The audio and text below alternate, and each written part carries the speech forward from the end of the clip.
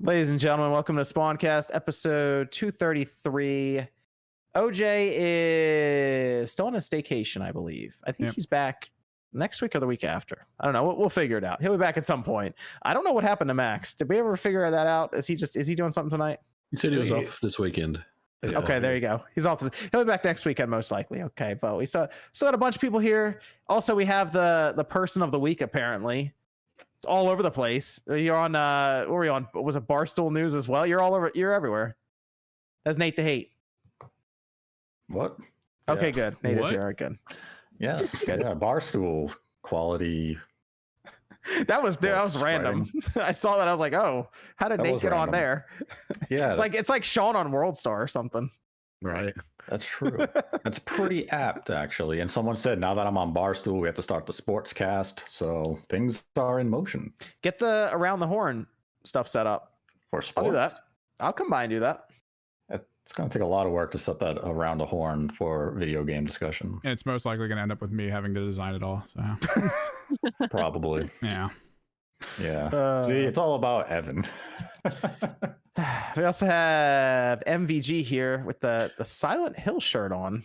Is that something there for Nate? Is that what's going on here? I mean, I may have ordered it last week, thinking that it was going to be here last episode when Silent Hill didn't turn up to the PlayStation event. But I'm wearing it for Nate this week because I believe in Silent Hill, Nate. It existed. Why do you believe in prior. it now? What happened? I mean, I believe the game may eventually appear at some point, but I mean, I don't know when that's going to happen. Why do you have a Silent Hill 2 shirt? I don't know. Oh, you tell me. Interesting. Silent Hill 2. Because it's the best game in the series. That's why. It was really I'm good. comicbook.com jotting down notes right now. I'm going to just start making up crazy shit on this show and I'm going to see if they pick up on it. Let's go here to Sean, RG85. Greetings. Sean. How you doing? I'm horrible. Thank you for asking. Why'd you miss a field goal too? Okay, first and foremost, fuck the Giant season is over. I've already moved on. I'm already laser focused. 32 days until the NBA season starts. No, like I just packing and sorting, and last night I couldn't fucking sleep. It was like 7 a.m. and I'm just like staring at the wall. I'm like, why am I awake? And so I decided to start going through like some of the drawers in my bedroom, and I have this problem. I don't know, maybe it's OCD. I don't know what it is, but like if I start something, I need to finish it. Like people think I'm lazy, and to some extent I am, but like if I start something, I need to get it done. Yeah. So next thing I knew, like all the drawers, all the dresser drawers were completely cleaned out. I'm like taking a bag of trash out at like 8:20, and the neighbors are like, oh, hey. I'm like, hey, how's it going? And I finally fell asleep at like 9 in the morning. I slept till like 2. And then my cousin's like, you gotta come. My son's birthday party is today. I'm like, fuck you. I'm not leaving the house. I'm gonna go to bed early tonight. That weird uncle who's asleep at 2 in the afternoon. Dude, it sucks. Moving does suck. It's like one of the worst things. Yeah. It's just, you just got so much shit on your mind. You're like, did I do this? Did I do this? Did I call these people? Did I call these people? So that'll be all right. Let's go over here to Click. How you doing, Click? Hi, I'm great. I'm good.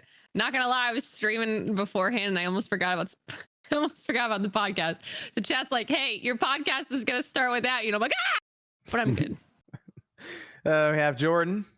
How are you doing there, Jordan? Jordan Fringe. Good. Glad to be here. Comicbook.com. Yeah, you excited about the new? Excited about the new Spongebob game? See that? Yeah, I was. So there was kind of like rumors of a new one being announced, and no one really knew if it was like a sequel or anything. But it looks like it's actually a sequel to Battle for Bikini Bottom, an actual proper sequel. So now that you're featured on comicbook.com, you should apply for verification. It's about time. I can finally be like Sean and start giving them regretful reasons of why they gave that to me. If I got verified, anyone can. You have to link a website to where you're mentioned on. I linked to rgt85.com, which just goes straight to which just redirects to my YouTube channel. And they were like, yeah, sure, you get one. Okay. Oh my God. And then they stopped it shortly after to reassess. Right? Yeah. They were like drunk that day when your submission came through. I'm pretty sure it was the end of the day and the guy wants to leave. He's like, yeah, sure, whatever. The guy who clicked OK on that got fired. That was RGT you. 85. Oh my goodness. These websites just randomly take like But you know what? tweets that I put out there. So I have like all these links I can just send, and I just haven't done it. Danny DeVito lost his verification over like Oreos, so Sean might eventually lose his. You know what? I think Sean, you will be the one that pushes Twitter over the edge, and they're like, Oh, I'm sure. we gotta take that check mark You're the away. reason why Verify got shut down again. That's fine. Then we got Evan. Yep. How we doing over there, Evan? Doing all right. Doing good. Good. So we have a couple things to go over. We got to go over the 64 Switch rumors because, well, Nate's here, so we should probably talk to him about that one. And we have the Nvidia Games leak, which was basically, I mean, it read like an entire fan fiction list. Turns out, though, Nvidia said that it was a real list that at least was in their database. Talked about Deathloop, and then I put Cruis and Blast in here because these two won't stop talking about it. So You damn right you did. Go ahead and talk about Cruis and Blast. Sean. Go ahead. Sing the song. Go ahead and talk about. Get out of the way now. What do you mean get it out of the way? Now, this is going to be an hour and a half of this show. Oh gosh. Exactly. Nothing else is going to be discussed. Let's go cruising. Let's go cruising. It's the best. Those Those are deep some lyrics deep right as there. shit That's pretty lyrics. crazy. Uh, Yeah, I mean, it really makes you just You sort boot of, up that game and you hear that theme thank stop you. playing. You just stay on the main menu for a couple of minutes because you're just Disappointed out with to what it. I might know come it's almost next. as epic as I want to take you for a ride on Marvel vs. Capcom 2. yes. That is That good. good. Yeah, that's a good theme. I mean, the game is just spectacular. The reason, and people are going to look at Metacritic and be like, it has a 16. Last I looked, it had a 69. It has a 69 on Metacritic. It's not a Nice. good game. You know what it is? I've figured out the riddle.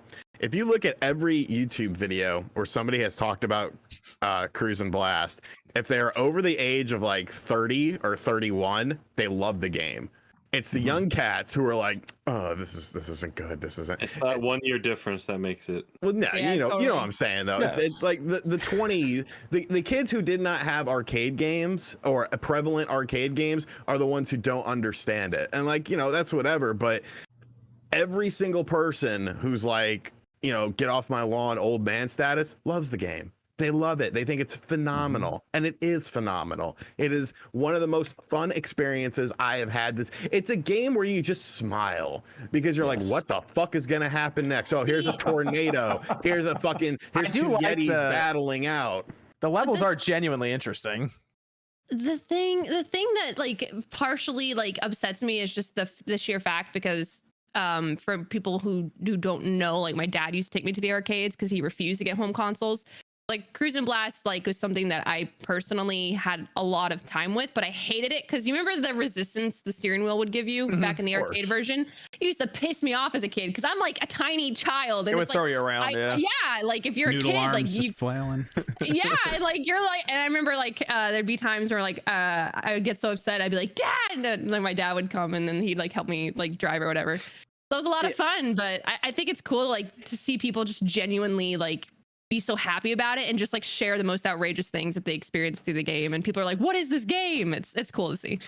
I mean, you're paying $40, or like I got it from Walmart, it was like $34, to just not have to keep putting quarters in an arcade machine, have it at home, and actually have a good amount of tracks and cars and everything to do in the game, because I was playing even with multiplayer and you're still leveling up the cars and getting money and still getting keys and all this stuff. Are incredible. I unlocked a hammerhead shark and I just upgraded it so it has a laser beam attached to its head. Is this Hot Wheels? There's a UFO in there. I saw that. There's a monster truck. There's a super bike. There's a triceratops. Yeah, that's awesome. one. That was The one big of my one's a complaints, tank. though. The tank. I want to get that, but that's like you need like all the keys or something to get it. Yes. The Triceratops, that was one of my negative points in my video on the game, was that they didn't have dinosaur sounds for the Triceratops. It was just car sounds. And I was kind of What like, sound should they have used, Sean? like a gallop, like a galloping sound, But like can an you animal, prove to me like a that they heavy don't animal. make car sounds as a Triceratops, though? I guess that's a good point. I'm basing it on Jurassic Park because Nah. that's real life. They obviously got it Give us- wrong. Can you give us your best Triceratops impression? Please. Wow, that's pretty accurate. It does have the game does have split screen as well, up to 4 players, and we don't really see split screen that much anymore. So that was nice. to have that in the game, because I was trying that, and the performance does drop on it, but still at least the options there. Otherwise it's 1080 60 and it's pretty smooth throughout. MVG, what are your thoughts on it, MVG? I think the game is exceptional. And what I really like about it is, number one, it's part of the Cruising series, which I'm a big fan of. Like, since Cruising USA on the N64, which I know wasn't a great conversion, but I still like the game anyway. But what I like about Cruising World is somehow it combines arcade racing with like Burnout, right? So there's those Burnout elements where you can take down other cars. And then there's the San Francisco Rush 2049 vibe about the game as well, where there's like different paths you can go and you can do all these crazy like stunts and maneuvers and stuff. And like, I think the fusion of those three things really make it really, really awesome. And I mean, you guys said, yeah, if you're over 30, you're really going to like this game. I totally agree. I mean, I was born in that era and I love those styles of games. Well, you know what? Having it come back is awesome. You know what, though? Back in 2006, a legendary arcade racer was released. It was a launch game for the Nintendo Wii called Excite Bike. And this bears a lot of similarities to Excite Bike. So if you had a Wii and you were like 10 years old, you should be all over this game. And also, I feel like if it was an Excite Bike branded game, it would have reviewed higher because it's a Nintendo game and Nintendo games get higher scores. Probably not wrong. Games. True. I'm lobbying for this game hard. Jeff Grubb is going to vote for it for the Game Award nomination, be it for Best Racer or for Game of the Year. So we are going to get all the media outlets on board for this cause. You try to influence that vote. I've been tagging Jeff Keighley on Twitter as well because he follows me, so I know he sees it. Yo, Jeff follows you? Yeah, because Was Jeff also drunk? I mean, people make mistakes. Obviously, I have no clue why that man follows me. I hope you get an invite to the Video Game Awards. Right, there has to be like some reason. I have to see Sean like on the red carpet at the Video Game Awards. I want Sean standing next to what's the guy? What's his name with the hair who did It Takes Two? Oh, Joseph Bond. Joseph Ferris, you two together. You two do it. The Oscars. I need to see you with like the Sonic Ice on the red carpet. Right here. What if he followed you, Sean, because you've been nominated for Content Creator of the Year at the Game Awards? Then there's a big problem with his. We have a screenshot we can send in for them from the Spawncast to make sure it gets in the compilation. There's a chance that actually happens at the stage. The butt one? Yeah. Where he stands up. No. I'd have to be super drunk to attend something like that because just being around all those people who aren't like me would just make me very uncomfortable. Oh. Yeah, so the only thing with this game is it needs online multiplayer.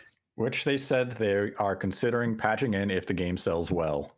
So Nintendo didn't do them any favors. Like, they've done zero marketing on this game. I'm a little surprised. Sean and I stepped up. Yeah, I'm a little surprised that they haven't done any of that. Yeah, it is weird because the game, I mean, it's on the Switch, right? It's just Switch. I don't know. It's even on PC. It's exclusive. I don't think any of the Cruising games ended up on any other system other than the Nintendo systems. I could be wrong, but I think that's right. Nintendo owns the IP. Do they? Interesting. If you look at the arcade machine, it has Nintendo. They license the IP to other creators. So they wasted money with No More Heroes 3, which didn't even crack the top, which barely cracked the top 50 of NPD, and just was not what I expected. But they didn't do anything with arguably the greatest game of the decade. I mean, it's ridiculous. Not wrong. All right. The game is just so good. You never know what's going to happen in a level. And as I watched Sean play the game last week, after the Spawncast went off the air, he was having the exact same reactions as myself of just pure joy and delight of flying over the road and the earth just crumbling. That was below pretty cool. And you're just sitting there saying, holy shit. I like the one with the Ferris wheel keeps going by. They have the tornado, and the levels they don't take long. Some of them are like a minute and a half, maybe. Some are real fast. You get through them quick. Like you can sit down, play for a minute, and then be on your way. So it's a good time. It's a good time. I do have a pro tip for those getting into the game. So like in order to unlock all of the events, you have to get gold on everything. So like say like you do 3 races, you get gold, and then on the 4th race, it's almost done, and you're not going to get gold. You can actually go to the pause menu and restart that race, and you don't lose any of the previous gold progress. So I recommend doing that because some of it gets the game gets pretty fucking hard like after a while. Isn't the idea they throw you in the back and then you have to work your way all the way back up to the first place? Yeah. And like even if you get the boost at the start, like you're not gonna jump up to first. Like you might if you're lucky get 9th after the boost. Yeah. Evan, we got Discord question over there. We'll go with how do you all like your coffee/tea? I don't. With no milk, Usually a little sweetener no coffee milk. for the most part. Either of Shut up, Fringe. Half and half and regular sugar. Syrups are too icky. either a There you flat go. white Make it black or at this black, but yeah, mostly just the brand. Yeah. Musetti Paradiso is probably my favorite out of all of them. Yeah, I just Oh, do you black Drink coffee. it pure black. I just grind the coffee beans up and just eat them. It's just as natural. I just as eat- Why possible. grind them? just You eat just throw them in your People are like mouth. all fancy. I just grind them up, just eat them. No, usually just like sweetener generally in it. Chew on the bean. I guess And anytime they have like pumpkin spice, on that. So since you guys were talking about music, what is your favorite video game soundtrack with vocals in the music? oh Cruising Metal Gear Blast. Solid 3. Oh yeah, Cruising Blast. gosh, The come double on. back. I'm not gonna say Sonic. Running Sure, around at Sonic the was music pretty good sound? when they did the whole anniversary the event that they did, the whole show. That was pretty good. So like I get people saying Sonic. Can I say Daytona Let's Go Away? Does that count? Yes. Marvel vs. Capcom 2. Oh, that's a good one. Yeah. Where's Capcom 2 is good. I don't think I have a favorite. Devil May Cry is pretty good. Kingdom Hearts is good. And I know you guys are gonna laugh at this because you always do every time it gets brought up. But Death Stranding, I thought Jordan was about to roll in with Death say Death Stranding. Stranding. even they're like not even just like the licensed songs that got put in there, but like the actual like original ones that Ludwig made, like just they're amazing. They're great. That's actually what I thought you were going to say, that, Jordan. Persona's a good one. Persona's another good one. Oh, sure. Yeah, Yeah. absolutely. Oh yeah, Persona's great. Guilty Gear would be a good one too. Oh yeah. If only more than 10 people heard that soundtrack. What about Alan Wake? Some bangers Alan in there. Wake, yeah. But I mean, anything with Remedy and what's the name of the group? I can't think of them right now. A Bastion must have been soundtrack really had good some- then. Bastion soundtrack. They do had some the good soundtracks vocals. for all the Remedy games. They did Quantum Break, they did Control, they did Alan Wake. The problem is in Alan Wake they went by the name like the Old Guards of Asgard, but their real name is Poets of the Fall. That's their real right. name. Oh, Sonic R is good too. Got another Discord question, Evan? I got two that are in the Metal Gear vein. Would you prefer a Metal Gear Solid remake or a remake of the MSX games? Oh man, because a lot of people like really haven't played that MSX game, so they take that and turn them into like a PS5 game or something. That would be a lot of work though. I kind of want the original because I just feel like a lot of people now have not played the original. As weird as that sounds, it's not an easy way to necessarily access it. So I feel like it's time to remake that again and do a better job, I guess, than what they did with Twin Snakes, because they kind of broke the first one with Twin Snakes. So that would be that'd be my preference. Just get the original Metal Gear Solid, move it up to PS5 or wherever they want to put it, and that way Click can finally play it. There's so many games you gotta bring over, man. Bring it over for me, just me, no one else. Yep. Just one me. copy. Just goes straight to her. One. Yep. Yeah, you really need to get into that series though, Click, Metal Gear I Solid. want to so badly. Yeah. I think you would really enjoy Kojima's work, because that's when Kojima was rolling right there with Metal Gear Solid 1, 2, and 3. I think because I hadn't played one of his games before, I didn't know what to expect. And the fact that I love the fact that he is so undeniably still himself despite all the backlash. Like, I've kind of formed a respect for him a little bit, in the sense like he just doesn't really care necessarily that people like don't get what's going on in his mind. He's one of those people that's very avant-garde. I've noticed. We got another Discord question, Evan. And the other one, I'm pretty sure we know where this answer is going to go, but Metal Gear Solid 4 or Metal Gear Solid 5? Oh, which one? That's just the question. That's literally the whole question. I don't know. Four. Yeah, Okay, most Do people you are want gonna say 4. do you want a nice fancy meal, or do you want to eat a plate of diarrhea? Like oh god, 5 wasn't that bad. I popped in Five was 5. alright. Kiefer I- Sutherland. I just telling you Yeah, before the if podcast. the whole I popped game in do- 5. If the whole game being bad around the enjoy it. voice actor is the issue for you, that kind of sucks. The main thing that's the real big issue with 5 is if you ever got the special edition, they showed you the ending they wanted to give you before they were told to just stop and put it out. And that ending is insane, and you'll never get to play it. And that's probably the biggest downside to that game. What were you saying? What were you saying, Jordan? I was saying I was telling you guys before we started the podcast. I popped in 5, and that intro is just so. That made me fall asleep. That's one of the longest, boring intros I've ever played. If you think Death Stranding's boring, you can't say that. Dude. Death Stranding looks like the fastest paced game compared to the opening of 5. The trick is the jarring nature between the intro of 5 and then what happens later when you're in the open world and you're riding around in bipedal mechs and on horses and having a sniper in the distance. By the time just you kill get to people in that a town, part, I was like, I'm exhausted. I just crawled through a hospital for an hour and a half. I'm bored. Yeah. Oh no. Yeah, we need to get 4 back off of there. We need to get it on any other system. I can't believe they haven't even moved it to like PC or something. I mean, wouldn't they like not be touching Metal Gear stuff now out of pettiness? I mean, they did Metal Gear Survive, so they basically just killed the series right there. Yeah. Rip. And kind of, yeah. Oh, yeah, Phil Spencer became a member. Good to have Phil Spencer on board. Welcome in, Phil. He bought the show, by the way. Did he? One of the I saw super that chats. chat. Let's talk about Deathloop next. Who played Deathloop? Sean didn't even play Deathloop yet. You know what it is? Because I am not a fan of Arcane.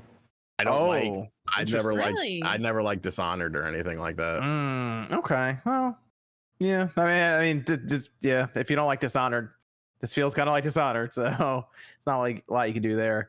I've been playing Deathloop. I think I'm right at the end of it, I believe now, to where I'm going to run that final day and just take everyone out. Nate, you were playing it? Yeah. Okay. MVG has not got a chance to play. I think it's just you and me, Nate, who have played it. Okay. Much better than I thought it was going to be. Like, significantly better. I was coming in here with low expectations because what they showed looked, I don't want to say boring, but I saw it so many times. I was kind of worn out on the game before it even released. I get the game different than what I thought it was going to be. By like a lot.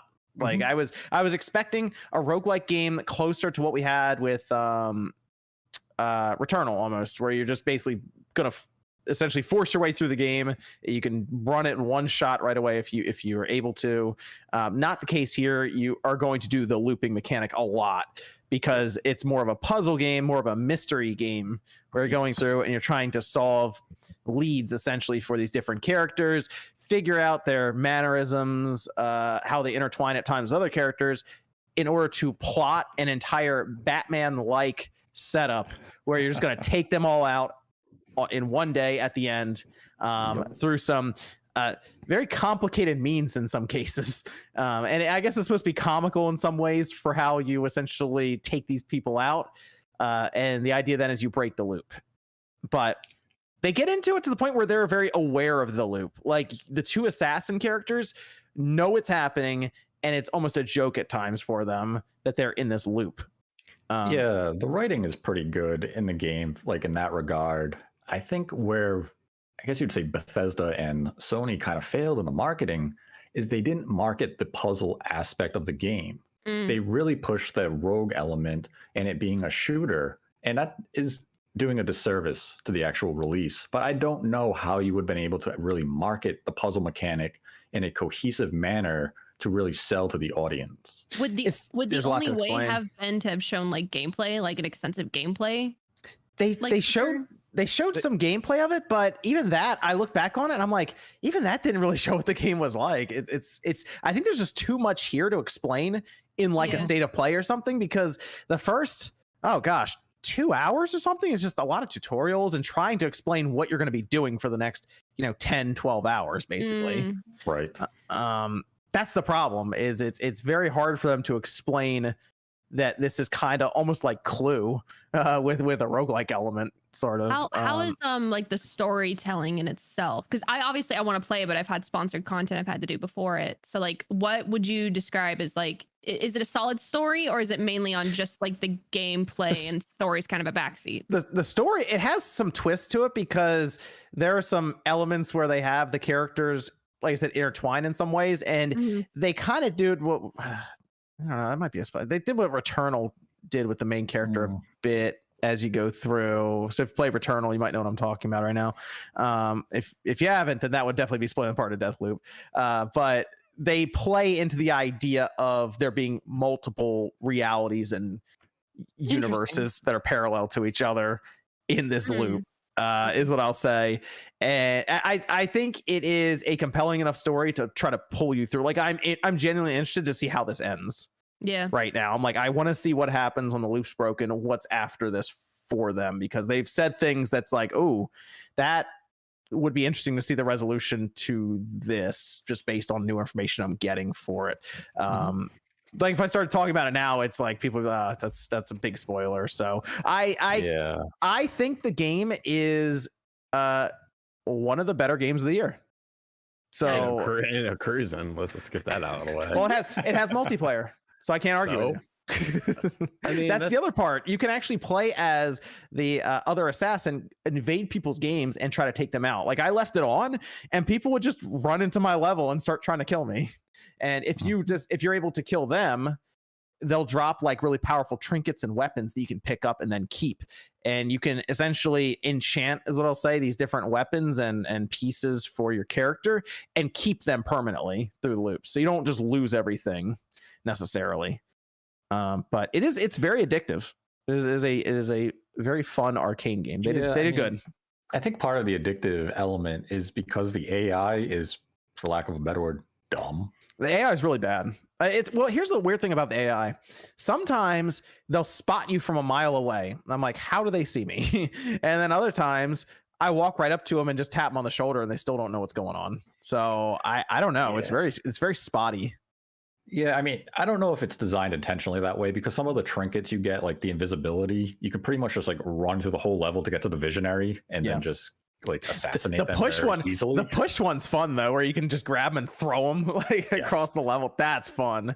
So they have some pretty cool powers that you get, and as you take out the main people, you'll be able to upgrade their powers further, and then you keep it as you go through the loops. You just become very strong with like these, like you could literally pick people up and just chuck them across the level, and you can shift, which lets you kind of teleport forward and stuff. So it's fun.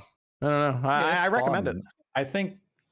I mean, I could see some people being a little hesitant at it, especially full price at $70. Sure. But I think if you go in knowing now what to expect, it's $60. 60, what, at Walmart? Ooh. No, it's just $60. $60. All right, it's just $60. Yeah, like, because it's from Microsoft. No, I'm just kidding. It's not because of that. They already announced it was gonna be 60 before. But remember, this was gonna be a launch game with the PS5. Yeah, then it got delayed for the best, it appears. So they had kind of already said it was gonna be 60 before everyone all of a sudden turned and went 70 on everything. So they kind of already put that it works out in there. its favor. And I mean, now that you have actual impressions from the player base, you have a better idea of what to expect from the game outside of the marketing, which was really misleading. And even if you're still not sold on it, if you wait a year and let's say you only have an Xbox or a PC, it's going to be on Game Pass this time next year. And this is an excellent Game Pass game, because it might be the type of title that you're really questioning whether or not you would enjoy it. Like we'll use, Sean as the example. Now he downloads it on Game Pass. Maybe it clicks for him within those first couple of hours, and it becomes one of his favorite games for next year. And this game is really going to benefit from Game Pass significantly when it comes next year. I think so Sean, if it does go to Game Pass next year, like we're basically anticipating it to next holiday, you should check it out then. Download it, see what you think. I might. I think it is completely worth a Game Pass download. You know what's a good Game Pass game? Origami 2. Isn't that the game that just got lit up on Metacritic as well? Like Metacritic is not agreeing with you this week, Sean. Well, first off, Metacritic is stupid. How old are the people who reviewed Origami 2? I don't know. It's nothing that really reinvents the wheel or anything like that. But if you like stealthy ninja games where you have like missions, it's a little bit, it's structured a lot differently than the first game. Whereas like the first game, you just had like a level and then you went to the next level. This, you have like a quest board, and then you choose the quest, and then you go to that contained area and you do whatever you have to do, kill someone, find an item, so on and so forth. And then you have to get back to the start of the level to go through the portal to leave the area. Did get roasted on Metacritic. I don't know why. It's fun. If you like games like Tenchu, like fuck, it's not a Ghost of Tsushima or something like Do I that. have to with like be 30 or 31 to enjoy it? no, I think you could be 27 and enjoy it. Oh, that's perfect. It is on Game Pass though, so just download. Even better. Sun1313 says Origami 2 is great, There you go. and that's all I need. I don't need Metacritic. One is co-op now, right? You can Yes, it does have yeah. co-op in it. I did download Eastward as well this week. I just haven't had a chance to play it. I do want to try it out though, so I'll hopefully be done Deathloop soon, and then I can go on to Eastward and check that out. I saw some people in the chat talking about that one. We have any Discord questions over there, Evan? There was a news article about Yuji Naka's birthday tweet. Apparently he's moving to Indy and starting to learn Unity so he can make a one-man mobile game. Any hopes for him after the Balan Wonderworld? I hope he has something in store for us, because I'm sure there's more bets for Sean to lose in the future. Not losing anything. I love how Mexico is now the big target for Metroid, and that's the market that's gonna push it over the edge. No, do you see all that? Do you see all the advertising going on in Japan right now? Well, okay, they're still not gonna give a fuck. So They wait, didn't give a- okay, let's say the didn't sales give a come out fuck. and they're good. They have never given a fuck. Why all of a sudden? Oh he's wow, this shaking. game that nobody has cared about, and we've never cared as a culture since the first game released on the NES back in 1986. Oh look, there's a new entry in it. Well, damn it, it's time for me to check out this new entry. Maybe this is it. Maybe this will push them over the edge. And it's not like they've changed all that much from the basic formula of games like Super Metroid and the 2D games, the Game Boy Advance. I already know Sean's going to declare victory if it doesn't do well in Japan first week. I see you on Twitter declaring victory. I think I'm just going to stay quiet because everyone has just been so over the board with me, and you're going to be wrong because there's a billboard in Mexico for the game, and everyone's going to buy it because of the billboard. Okay. Sold me on it. Great. They like Pablo is from Mexico City. And he saw the Metroid billboard. He saw 2 for Mario Party Superstars as well. Yeah, but you see, he saw 2 for Mario Party Superstars, only 1 for Metroid. Metroid's done. But that's all it needs. Oh gosh. Yeah, just a question. And I think we could one final thing. I think we could put the Amazon charts to rest after the compelling display by No More Heroes 3, which was on top of the Amazon charts as well. It was. Yes. It was. Evan, you got no Discord question? Any correlation between Switch updating with Bluetooth audio and the new FCC controller filing? Maybe something boring like a new Pro controller. I kind of think Nintendo just randomly was like, yo, let's do Bluetooth like audio. Honestly, wouldn't be surprised. I seriously think they were just like, all right, let's go do that now for some reason 4 years in. I don't even know what that new control. We'll get to that actually here pretty soon when we talk about the Nintendo Switch Online stuff. Let me look at some of the super chats here before we go into that though. Anna Studio says Cruis and Blast is overrated. The hell? And what? Now we're getting spicy. Swift Miles says, has anyone played Deltarune Chapter 2? Looks amazing. I downloaded. I've not had a chance to play it yet though. no. I'm gonna play it. I am still in complete disarray from that first super chat. It's like a flashbang, right? You're just nonsense. Derek says Eastward is the indie game of the year, hands down. I got to play that too. A lot of games coming out all of a sudden. Kina's out on Tuesday. Yep. Then we got Lost Judgment. Yep. Mhm. Too many. Yeah, I can wait for some reviews on Kina.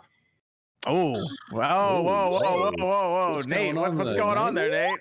Whoa. What are you hearing? What? What are you hearing? I'm hearing that I know the Mr. amount of review Barstool. code that has been distributed has been very selective to those that they want coverage from, which means this game might suck. Uh-oh. Okay, We're well, only sending it to. Well, I know one content creator who will love it, so Shut up, Sean. I'll leave it at that. Bron says, got a PS3 from my local game exchange. Opened it up, cleaned it out. Found a nest of dead roaches. Took it back for a refund. Ooh. It's probably a good idea. Nice. They always buy it form a from Aaron brick too. Kasharsky. It's never just like everywhere. It's always like in a brick. It's, Gift with Yeah. purchase. Limited Time says, how's the best deal in gaming when you pay for all these games, but only one I'd want to play? Crimson Skies, maybe because it's been decades. There's a million games on there. I was gonna say there are quite a few on there. Just Ilya. this week, they released a bunch of new games that came out on other platforms, like Skatebird, which I will say, very disappointed in that game. Yeah, that game sucks. that's The kind of controls, unfortunate. I don't know what the fuck. I feel like I'm not controlling the game. It feels like you're stoned when you're playing it, because like the controls just feel so delayed. Like I go to Ollie and the bird's just like, maybe. Maybe. He's trying Ilya to says, touch on. Ilya says, what's up with the trend of podcasters guests charging each other? I thought podcasters people talking to their friends about stuff they like. No, that's probably that's in Did I reply miss to something? it was There's a Twitter It's thing. some MLB podcast guy who said, I charge $100 an appearance. I prep for 30 minutes and my time is worth money.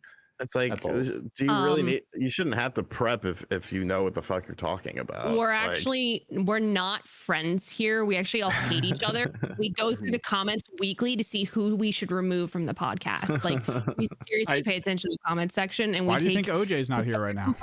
Yeah. Where's God, we hate Dreamcast each guy? other. Guess what?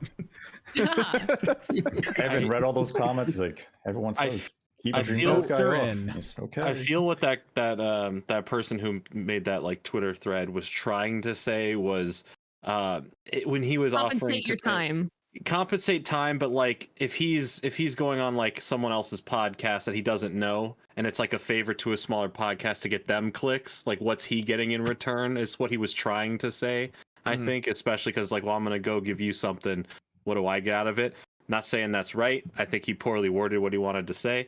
And it was kind of interesting to watch. Yeah, like we get paid $50 a week to be on here. Thanks, John. Why Wait, would you're you getting say? paid? Shut up. You're not? Damn it, Jordan. No.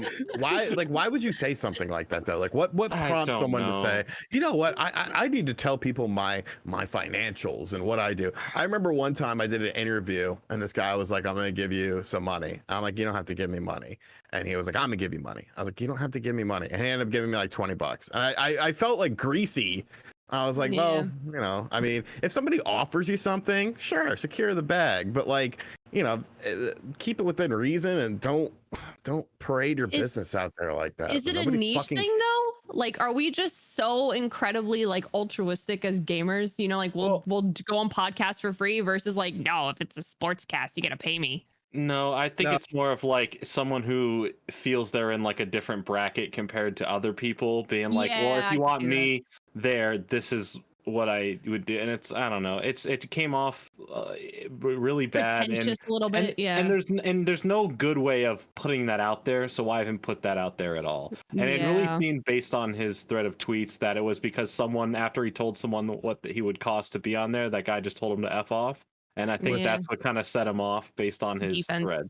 Yeah. I mean, because like one of the, actually probably the biggest New York Knicks podcast, I'm friends with those guys and like they want me to come on and like they, you know, they do it because they love the Knicks, and like some of those dudes are featured on Max Kellerman's show. They're featured on ESPN. Of course, they're sometimes featured on MSG as well. So it's like it doesn't, like the sports world doesn't really do that. You know, they just do it because they want to talk about something that they're passionate about. Yeah. Don't subscribe to Game Pass, says Nvidia leak was debunked. I keep begging for PlayStation games. Console Gamer says, hopefully by next Saturday, you get to 600k spawn. Misclick, give the cats good pets, and Nate sell me on Cruis and Blast, and I'll get it next payday. It's the greatest game of 2021. There you go. Mint says, hey guys, I have a major interview on Tuesday for my first job out of college. Would love some encouragement from the Spawncast crew. Good luck. You got it. You got it. This. You got this. Confidence is key. Veluxian says, if there isn't a direct this month, Nate owes all of you some hot weenus. No. Did you say there was a Nathan? Did you say there was a direct this month, Nate? No. Matt Tanumi says, no one has talked about what would happen if RGT actually won this Metroid won't sell 3 million in a year bet. I say the rest of the panel Let's Play streams balance should he win. I thought he gets a copy. He gets the game for free. He gets a copy of Metroid Prime 4. I think we were going to shout him out or something as well. this channel? Oh, we have to say that he won. Shout him out in one video. Just give me my. I'll have my robe, my crown, my scepter, and I thought of something good I wanted to add to that. So the Spawncast. Well, the Spawncast that we do it on, we won't be able to monetize it, which probably is nothing new. But I want the King Please Booker. don't show your butt again. No, the King Booker theme song to play as I enter. Because it's a very regal theme song. Okay, that works. Pretty much imagine a white King Booker T, and that's going to be me when I win this.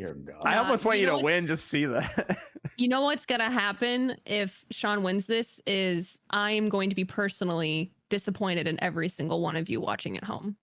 You're gonna have to live with that for the rest of your life. Let's say 100,000 people watch this show, and 80,000 of them own a Nintendo Switch.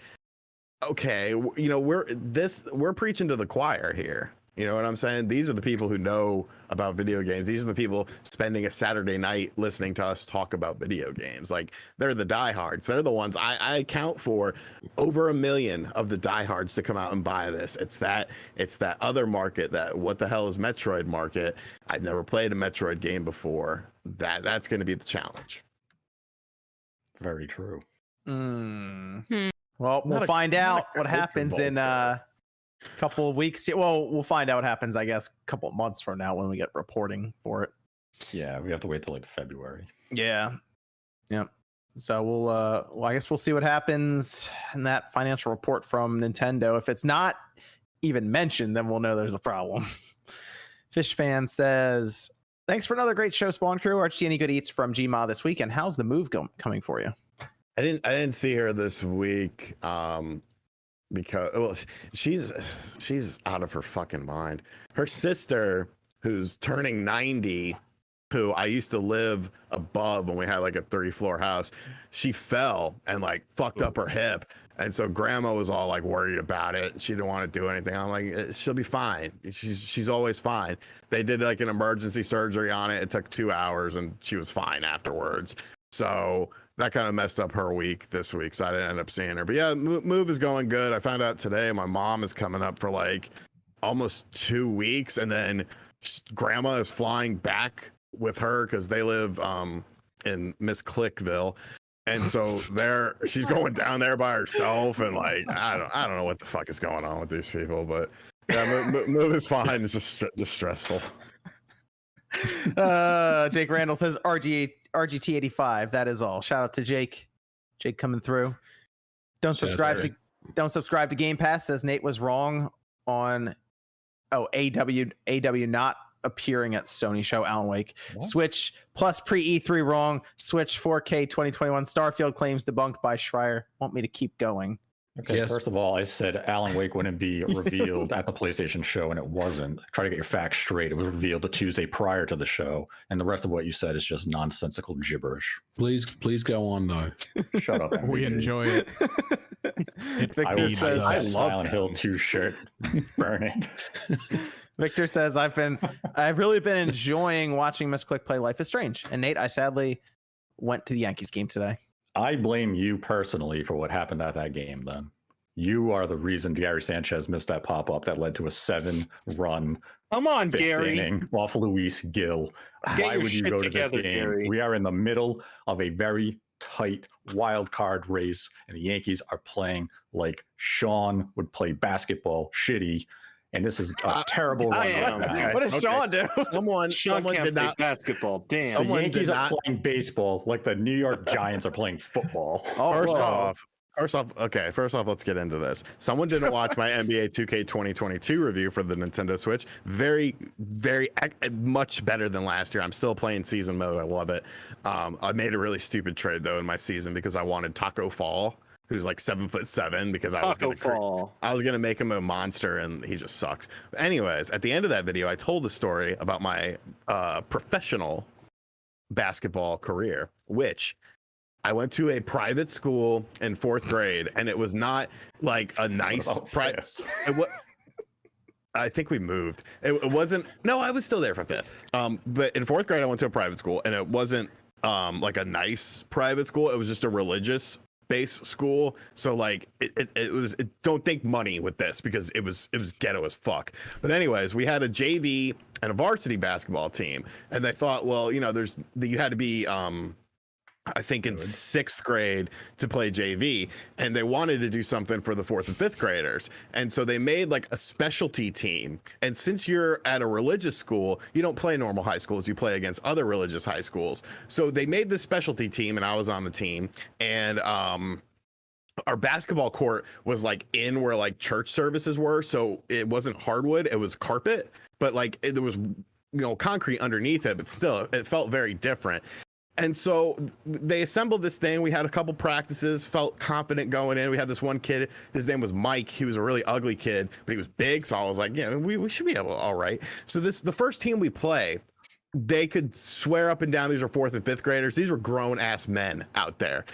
The game starts, it's 10-0 within like the first minute. And I'm like, oh my God, this is horrible. So I get past the ball. I'll never forget this. I'll be on my deathbed and I'll remember this clear as day. The shot clock is winding down. They pass me the ball.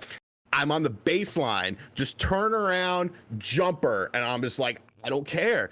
Goes in. I scored the first 2 points. Possibly, I don't remember how many points we scored that game, but that might have been the only 2 points of the first half. And like, that was it. After that, that just defeated me. I was like, this is horrible. And I hate this. And it ruined it, but I do have that memory, so we're proud of you. I felt like Jordan. I felt like fucking Jordan. Like felt like me? Well, yeah. It was magical fly in that moment. Well, okay. So you felt like Jordan scoring those 2 points at the shot clock ran out. Jordan, how would you feel scoring 2 points at that time? Just so we know what that feels like. Kind of like this. Yes. Nice. Kind of like that. Sports. Sean feeling like Jordan scoring points and also scoring savings by using Honey. We all shop online, of course. And we've all seen that promo code field taunt us at checkout. But thanks to Honey, manually searching for coupon codes is a thing of the past. Honey is the free browser extension that scours the internet for promo codes and applies the best one it finds to your cart. Honey supports over 30,000 stores online, and Sean uses it quite frequently. I know you've been doing a lot right now. You got things going with the move. What are you picking up, Sean? What are we getting here? Buying a bunch of stuff on large online retailers that you are probably familiar with. And just, Honey will throw you a coupon code. And if there's not a coupon code available, they'll at least tell you and they'll chart the pricing of the stuff. So they'll say, oh, you're getting a good deal on this. It was this, now it's this. Or on the converse or the opposite side of things, they'll tell you, oh, this is overpaying, wait a little bit. So it's been very helpful just because I've been buying lots of little knickknacks and stuff that I feel like I need. Yeah, Honey's found it's over 17 million members, over $2 billion in savings. If you don't already have Honey, you could be straight up missing out on free savings. It's literally free and installs in a few seconds. And by getting it, you'll be doing yourself a solid and supporting this podcast. Get Honey for free at joinhoney.com/spawncast. That's joinhoney.com/spawncast. We have a link down below in the description. Once again, thanks to Honey for sponsoring the podcast tonight. Okay, so let's go over to... Actually, I'm going to throw this one to Nate because, well, he started it. All right. What did I do? Cruis and Blast? What? Coffee milk? No. We're going back? Huh? No. Coffee milk?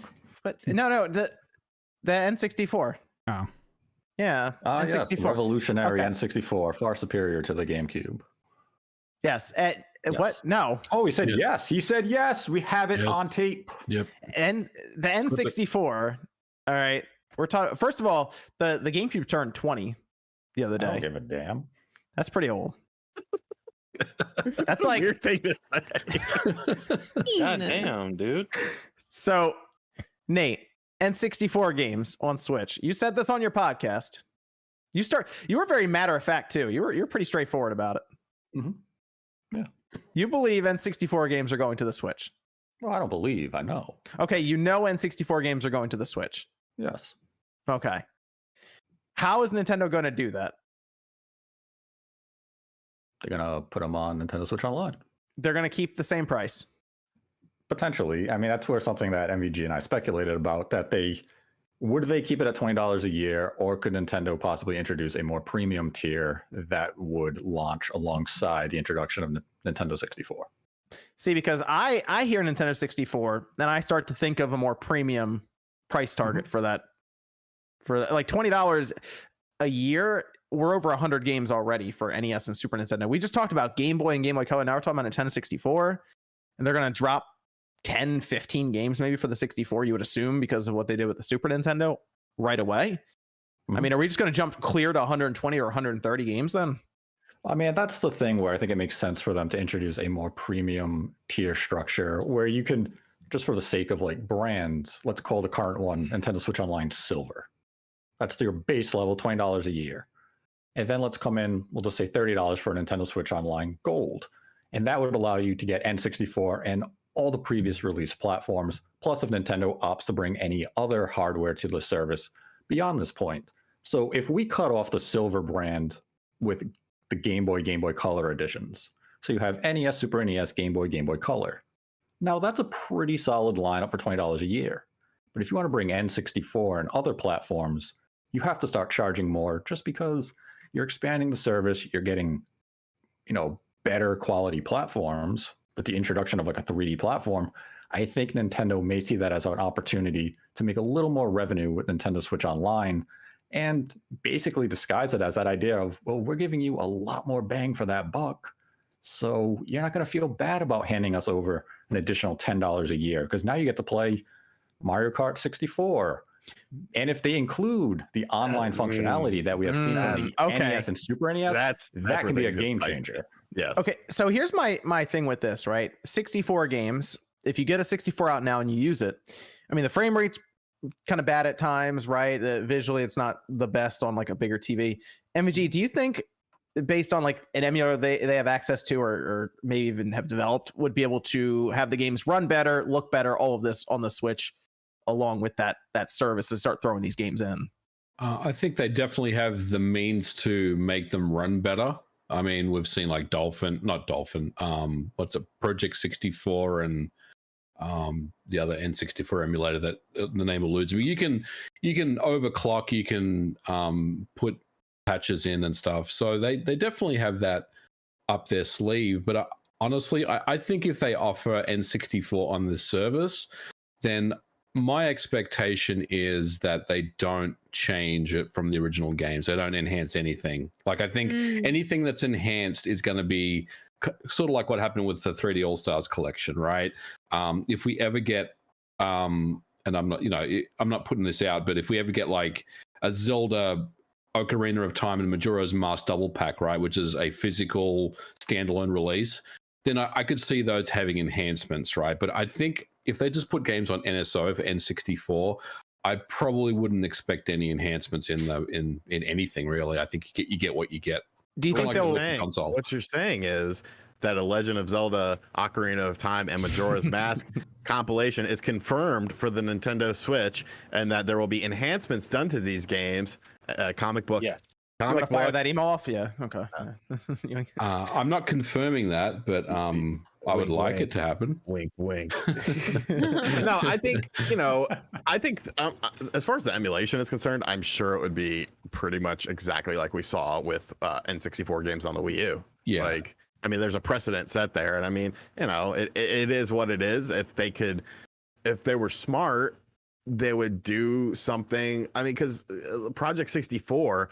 You could do so much with that. I'm not even talking about texture packs or anything like that, which just bring games to a whole nother level. I mean, look at all the crazy texture mods that have been done for like WWF No Mercy. Like, you could play current rosters and current characters with move hacks and shit like that. But even just beyond that, when you're playing a game on Project 64, it upscales it, and it looks a hell of a lot better than it would on your normal television playing on an N64. So, I would love to see that, but I don't think that's within. I mean, Nintendo half-asses a lot of this stuff. Let's be realistic here. So the online multiplayer, however, I think that would, if you're just doing the emulation pretty much based on how the Wii U emulated the N64 games, but you're adding in that online multiplayer aspect, I think that's a big deal because that would bring life to so many of those games. I think they need that. Like, if they're going to charge more money, right? If this is another tier higher, they have to have that multiplayer in there.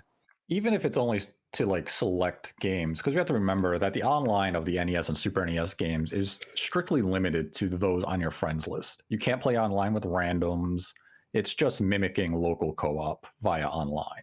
Because there's no lobby system, right? Like it's it's literally like there's someone in the room with you. Yeah, Now, it works. exactly. It works well for the most part. Everything I've played for the most part has been pretty smooth, but I mean, even that would be fine. Like you boot up Mario Kart 64, and then your friends come in. Like you boot it up as if you're going to play a local multiplayer game, and then your friends online come in, and then join your game that you have going on, like they would if they were sitting next to you. Like that's fine. That's all I'm asking for here. I'm not asking for much. Okay, so do we think they're going to show up with 10 games? Yep. First, right away. Okay, I think you have to launch it with 10 games. What 10 games they launch them with? Well, clearly the 10 games are the 10 N64 games that we need on Nintendo Switch Online, as uploaded today by RGT85. Million Twist. Oh my goodness. Did you have any rare games in there? If you did, it's null and void your video. Bullshit. Why is that? You're going to tell me the company? No, that's stupid logic because of the fact. It's not stupid logic.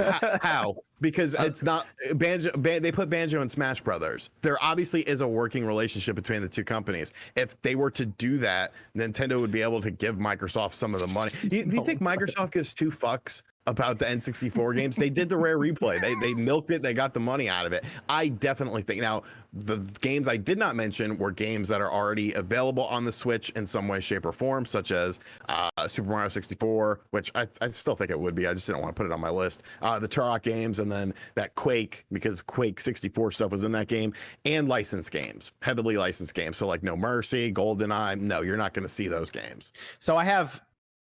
So we got to make a list. 10. Mario 64, Ocarina of Time, right? Those are the first two obvious ones. Yep. Mario Kart.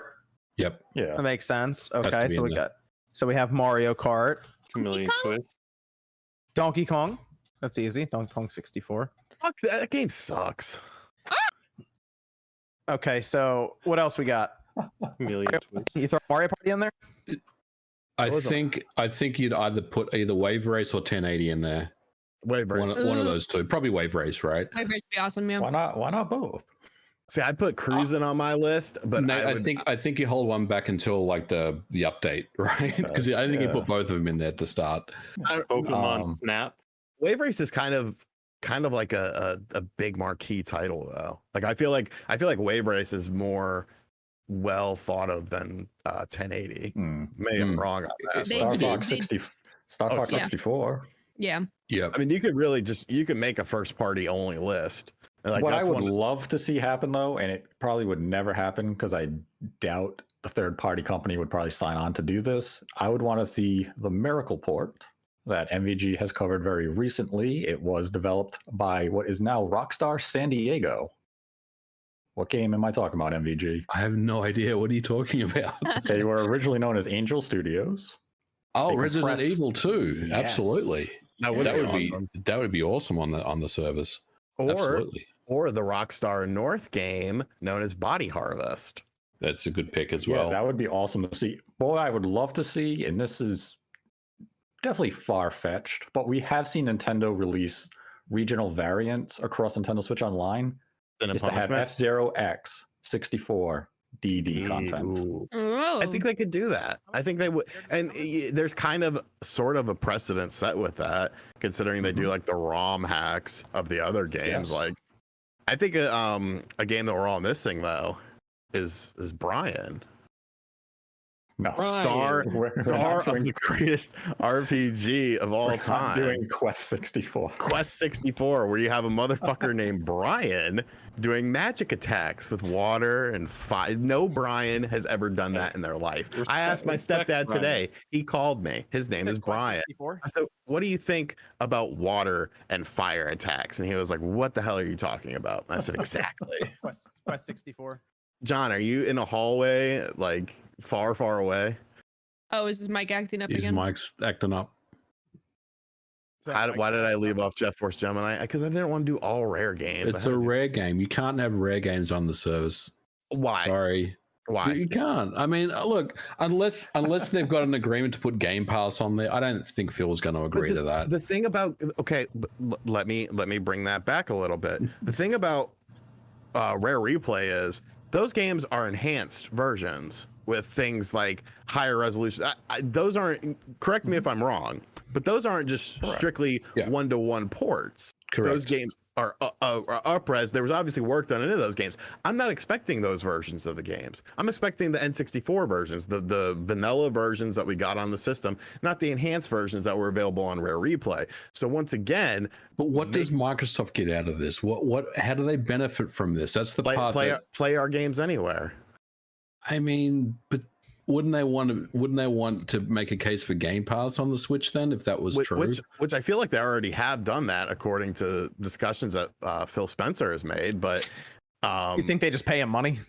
Yeah, I think you just give them money. And I mean, I feel like if this was 10 years ago, Microsoft would be like, nah, fuck off. But in this current climate that we have, like, I think it makes sense for all parties, because once again, every time I talk about Microsoft related products on Nintendo things, there's always one thing that, even if Nintendo didn't give them any residual stuff, which I feel like they would, there's one thing that Microsoft can never get that Nintendo can always get, and that is presence in Japan. So by putting these N64 games on here, and maybe do like a little, have Nintendo say something in like the trailers or something, be like, oh yeah, these are now available on Xbox or something like that as well. Like, that's free marketing for them, and that could help, because I think the stronger that relationship is, the better it is for Microsoft in Japan, especially with Sony kind of shitting the bed there. So you got Quest 64. Okay, so I put Winback in there. I think that's a weird game they put on there. I think Winback is kind of underrated. Okay, how about this? Tactics Ogre. Yeah, Ogre 64. That's well, there's really two genres on the N64 that were like pretty much non-existent, and as far as quality were concerned, and that was RPGs and fighting games. So in my list, the fighting game I chose was, of course, Killer Instinct Gold, which will be available on this service because Nintendo is going to work with not Clay Fighter. You don't want to go with Clay Fighter? Sean is a glutton for punishment. What about Smash? What about Smash? Smash is interesting because they have Ultimate. I almost wonder if they would just be like, you know what, just throw Smash 64 on there. Who's going to play that one? Ultimate's. Well, I mean, it's that, or they could do like Kirby, because there's. Well, I mean, yeah, you can do Kirby. You can do Pilot Wing 64. I mean, now we're past 10. Now we're past 10 games. So like, there's going to be that initial 10, and then you know, they'll drip feed it. You know, maybe 1 or 2 games a month. So. Paper Mario has to show up eventually. On Chameleon Twist. I don't hate Chameleon Twist. I would like to say, but that was a Kemco game, I believe, and I don't know what the fuck Kemco Ogre Battle 64 is interesting, by the way, because Nintendo published that in Japan. Did that? Yep. Like, I almost feel like apparently Atlas USA published it in North America. So I watched Ogre Battle 64 be part of the Japan Nintendo Switch Online, much like Shin Megami Tensei has been for a Super Famicom. That'd be kind of rough, actually, if that happened. You know, I would love to see Capcom actually show up and say you can put Mega Man 64 on there, but why wouldn't they? You got Breath of Fire on yeah, I mean, they haven't really done anything with Mega Man Legends or Mega Man 64 at all. So Jordan, you might actually, if this N64 stuff does happen, you might actually have a case, because the publisher for that is actually Sunsoft. Chameleon Twist? Yeah. And Sunsoft did a lot of stuff on the Virtual Console. I expect 3 articles written, comicbook.com. Chameleon Twist campaign for it to come back. Oh gosh. So we have this all going on. We assume some sort of event coming up in the next couple of weeks or so, as Nintendo usually has done in the past. I never said it was going to be announced in the immediate. Yeah, I don't think this is coming out this year. I mean, I think, you know, we're getting Game Boy and Game Boy Color whenever that will be. Hopefully, so that's confirmed. Game Boy Color will come this year. It's not guaranteed that N64 will come alongside that. You're thinking that's like next year kind of thing? I said probably before the end of this fiscal year, we will see N64 be introduced. So like 3 months into next year, basically into 2022. Potentially, yes. Do you think they talk about it at the? Okay, what the fuck's up with the direct here? Is it this week? Because if it's not this week, like, do they wait till if I sort of fucking, you know what they're gonna do? They're gonna do it when I'm fucking moving. They're gonna do it. I know this fucking company. Do you know? Let me go on a quick tangent here. Did you know? I pre-ordered the Switch OLED from Walmart, and I was like, oh, I'm gonna be out of this place by then. I'm gonna be unpacking stuff when it comes out. Let me switch it to my new place. Tried to go on the website, couldn't let me do it. I talked to a gentleman. His name was like Ahmed or something like that, and I was like, can I please change the address for this pre-order? And they're like, no, you can't do that. I'm like, the item hasn't fucking shipped. What does it matter? They're like, well, you could cancel the order and then reorder it. And I was like, no, I can't, because this item is no longer currently available. So thank God, my little errand girl, aka my mother, happens to be in town, because I've already been like, yo, I got this package coming to the house. I don't feel like driving over there. Can you go by the old place and pick it up and then bring it? Oh yeah, sure, I'll do it. I was like, yeah. How far away is it? It's like 10 minutes, 15 minutes. But like, once again, like going back to my original story, once I start doing something, I want it done, and I don't stop until it's done. So like unpacking is like hell for me, because I just start going and I'm like, oh, I want this done. I need this done. I need to put this here, this here, this here. So it's going to be a nightmare. But yeah, like I didn't understand why I couldn't change an address for an item that hasn't shipped yet. That makes absolutely no sense to me. Because if I had enough info and I called them, I could change it to here. Just saying. Errand girl? What? You're Woman. Okay, I'm sorry. That was very that was horrible of me to say. Errand woman. Better. I'm gonna make you a t-shirt for Too Many Games, and you're gonna have to wear that. Okay, you do realize that there's like a 5% chance of me going. Let's go down this. Okay, I close on the 5th. I have a cleaner coming to the 6th. I am moving on the 7th. I have the movers lined up on the 7th. On the 8th, I have furniture coming in. On the 9th, I have bookshelves coming in. Too Many Games starts on the 8th, which is Friday. The 9th is when the Spawncast thing is. It's very minimal. I've already talked to Paul. I was like, dude, it's. Why are you getting bookshelves? You don't read books? Because he threw all the ones that were breaking out. And for video games. Yeah, he needs For video video games. For books. How do we know Sean doesn't read a book? I read. What was the last book I read? He didn't even read his own book. He wrote it. Damn it, Gordon, you messed with the segue. The last book I read was the Complete Sega 32X guide. Prove to me that you read that. Right now. Prove it. There you go. Prove I you wrote it. Do you have proof you wrote it? I mean, his name's on it. Yeah. That doesn't mean he wrote it. Who's your ghostwriter? Technically I kind of did have one though, because for like the technical specs and stuff, I was like, because when you're researching it, like some people say one thing, some people say another thing. Considering the fact that nobody has talked about this system in the past like 20 years, you're looking at actual like information from like 94 and 95 online. It's just like fuck. So I actually had I paid Joe Redifer from GameSack. I paid him like $100. I was like, you're gonna be my eyes and ears, so like I'll send you stuff and just see if anything looks incorrect or looks funky to you as far as technical terms and technical analysis. And he was like, okay. I think you really mastered your writing techniques, specifically in your RBI Baseball 95 review. It's one of the best paragraphs I've written so far. You know what? Just for the cast, I will read that first intro paragraph. Let everyone know it's genius. A long-running franchise on 8-bit and 16-bit systems, RBI Baseball 95 was exclusive to the 32X, which would make you think that this title would utilize the system as much as possible. The key word here is think, however, as it seems more like RBI Baseball 95 was an attempt to do a cash grab with 32X owners. However, since the system didn't fare well, neither did this game.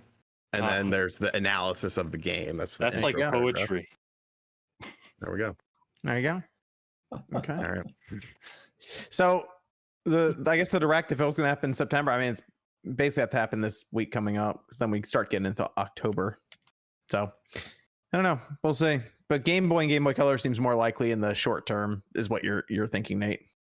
Yeah, Game Boy Color, I would say, is pretty much a lock for this year. N64, I would say before the end of the fiscal year will be announced. Pokemon trading card game. Okay, that's all I want. We're good. Yes. Okay, so what's the deal with this controller? Then we have the FCC filing on. Appears to be a model number that almost lines up with like the Super Nintendo controller that we got. This one being HAC 043. So it's just ahead of the 042 the Super Nintendo controller was. And it does need an AC adapter. So I guess it uses USB Type-C. Is this a 64 controller? Is this a Game Boy add-on? What is this? Nobody. I don't know what this is. I don't think it's a 64 controller though. Is it a Wii balance board? It could be. Maybe they're just gonna use like Wii U like fit. Then I'm gonna take the Wii U out of it. I mean, I would like to see them try another 64 controller now, just to see if like what improvements they do to it, or if they seriously just make another 64 controller all over again exactly the same way. Here's what I think they should do. Let me grab it. Hold on. Okay. Otherwise, what about like a Game Boy add-on? If they did, oh, it's right there. Okay. Team up with Retro Fighters. And do the brawler. I have one. Yeah, I have one of those. Dude, I have like 20 of them. Okay, that stick is never mind. I don't want to say it's not very good. It's not a great stick. Is it better than the middle nub of the N64 controller? Like, okay, put that N64 stick. Nate, people really overlaying this stuff. They got like labels all over the place, and they're overlaying the labels to see if it would match up with the alignment of an N64 controller. Because if the top view is identical to the N64 controller, that is where the original label was, and then they're assuming that label 2 would go where the Rumble Pack insert would have been for the now what would be the rechargeable battery. Oh, that makes sense. If those diagrams are anything to go by, label 1 and label 2 would match the layout of an N64 controller. People really want this to be a 64 controller. They really do. I mean, I'm curious what people would have thought of it had the filing come out with no discussion of N64 for Nintendo Switch Online having surfaced. Do you think they're really going to bring back an N64 controller in 2021 where people are going to pick it up and be like, what is this thing? How do I use it? I hope so. I need to see people like have that like, why can't Metroid crawl moment again with the 64 controller just looking at it? I mean, if it's only sold to Nintendo Switch Online subscribers, it's already a limited amount of people who are going to engage with it to begin with. Yeah, that's a good point. Just like the NES and the Super NES. It's gonna be old people like us doing it. So like, I'll buy one. Yeah, it's just a nostalgia moment to say, yo.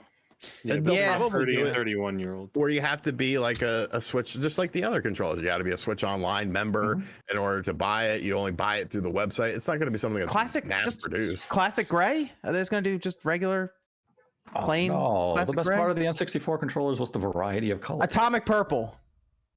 Atomic purple. Just do that, right? To match what? Nothing. Just atomic purple. Just do that. Just atomic purple. No, I think they would just go classic gray, wouldn't they? Like, I don't think they'd try to mess around with it too much. Yeah.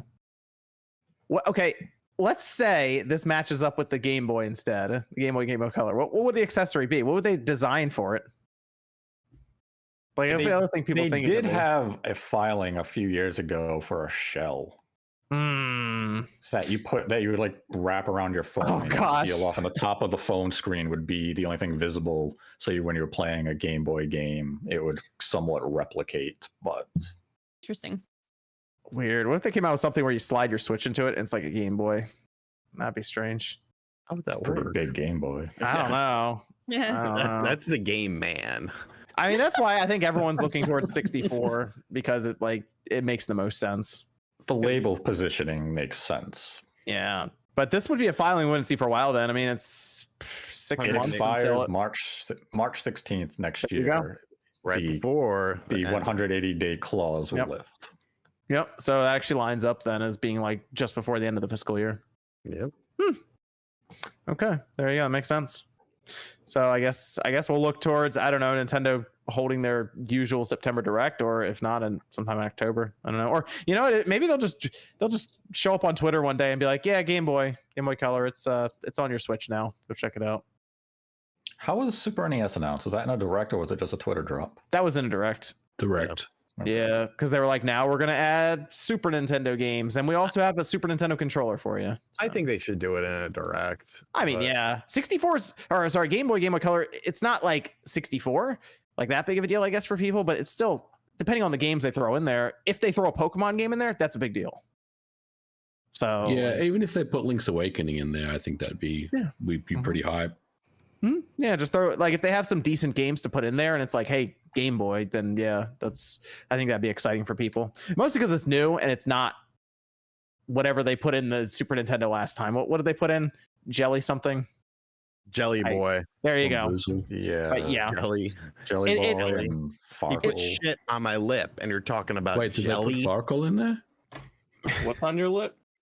What's on from Sean's lip? CKY. You never seen CKY? I think it was CKY 2K. They Brandon DiCamillo put shit on Ryan Dunn's lip when he was asleep. And so he starts freaking out. And he's in the bathroom talking to Bam, and Bam's like, just put some jelly on his face. And he goes, jelly? He put shit on my lip, and you're talking about jelly? It was just hilarious when we were in high school and on drugs. Let's Evan, got Discord questions over there? Before the Squaresoft and Enix merger, who in your opinion had the better games? Squaresoft. Squaresoft. Say From a Squaresoft. Western view, Squaresoft. What did Enix have? Do they have Dragon Quest. Secret of Evermore. did they do Terranigma? Yes. Yep. But Squaresoft though. Still Squaresoft though. Yeah, Squaresoft was far more dominant. We're talking as Westerners, so it's Yeah. absolutely Squaresoft. Squaresoft definitely then, yeah. That makes sense. We got another Discord question, Evan? Should we expect the Switch to easily cross 100 million this year with the announcement of the price drop? I think Price it's going to drop happen by the end of this year. That's the just price- Europe. Price drop's irrelevant even as a measuring barometer at this point. It was essentially just a correction due to fluctuations rates. of Yeah. exchange rates. So that's not going to lead to a huge booming increase of sales in Europe because European markets don't have an MSRP. If a retailer wants to sell the Switch for £2, they have the freedom to take that loss. They don't have to follow any set guidelines to pricing. So a lot of those retailers were already selling the Switch below the new pricing structure to begin with. So this is a minimal impact. Had it come to a North America and we had an official price drop, we'd be talking differently. But even without the price drop, the Switch was crossing 100 million before the end of this fiscal year anyways. Plus, I think November is going to be very interesting in terms of pricing when we're talking about an OLED, a light, and a base model. Mhm. I think that base model is going to get, I don't know if it's a temporary price drop or a permanent one, but I think there's going to be something there. It's going I to don't be a really hell know of a bundle.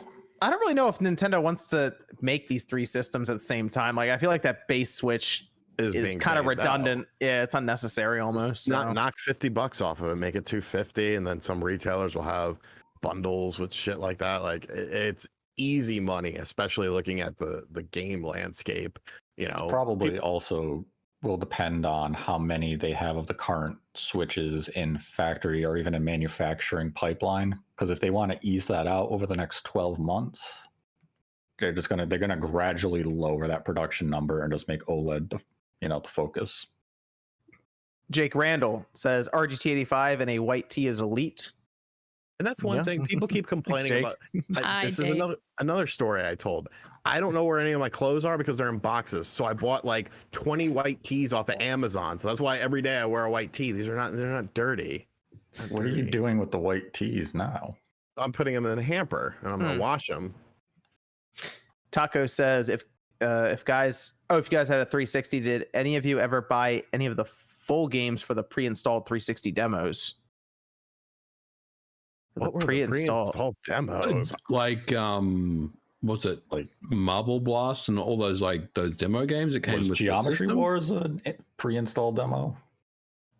I bought Geometry Wars, so if that was on there, then did that come with like a memory card? I'm trying to remember Geometry Wars. You're right. I do remember that being on something. There was, if you got that, there was one of the Xboxes. I think it was the 4 megabyte one, the one that didn't have the hard drive, and it came with a couple of games, and they're like Hexic and Geometry Yeah, Wars. so I found a list. Now, according to this list, it was you got the full version of Hexic HD. Yep.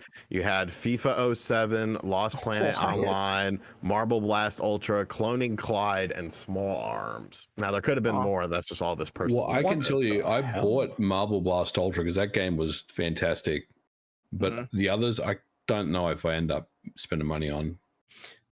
Marky says there's actually a guy called Nate Weiner. There you That's go. unfortunate. Don't On this subscribe. show. Don't subscribe to Game Pass, says Trash Vid today. John, quit hyping up baseless rumors.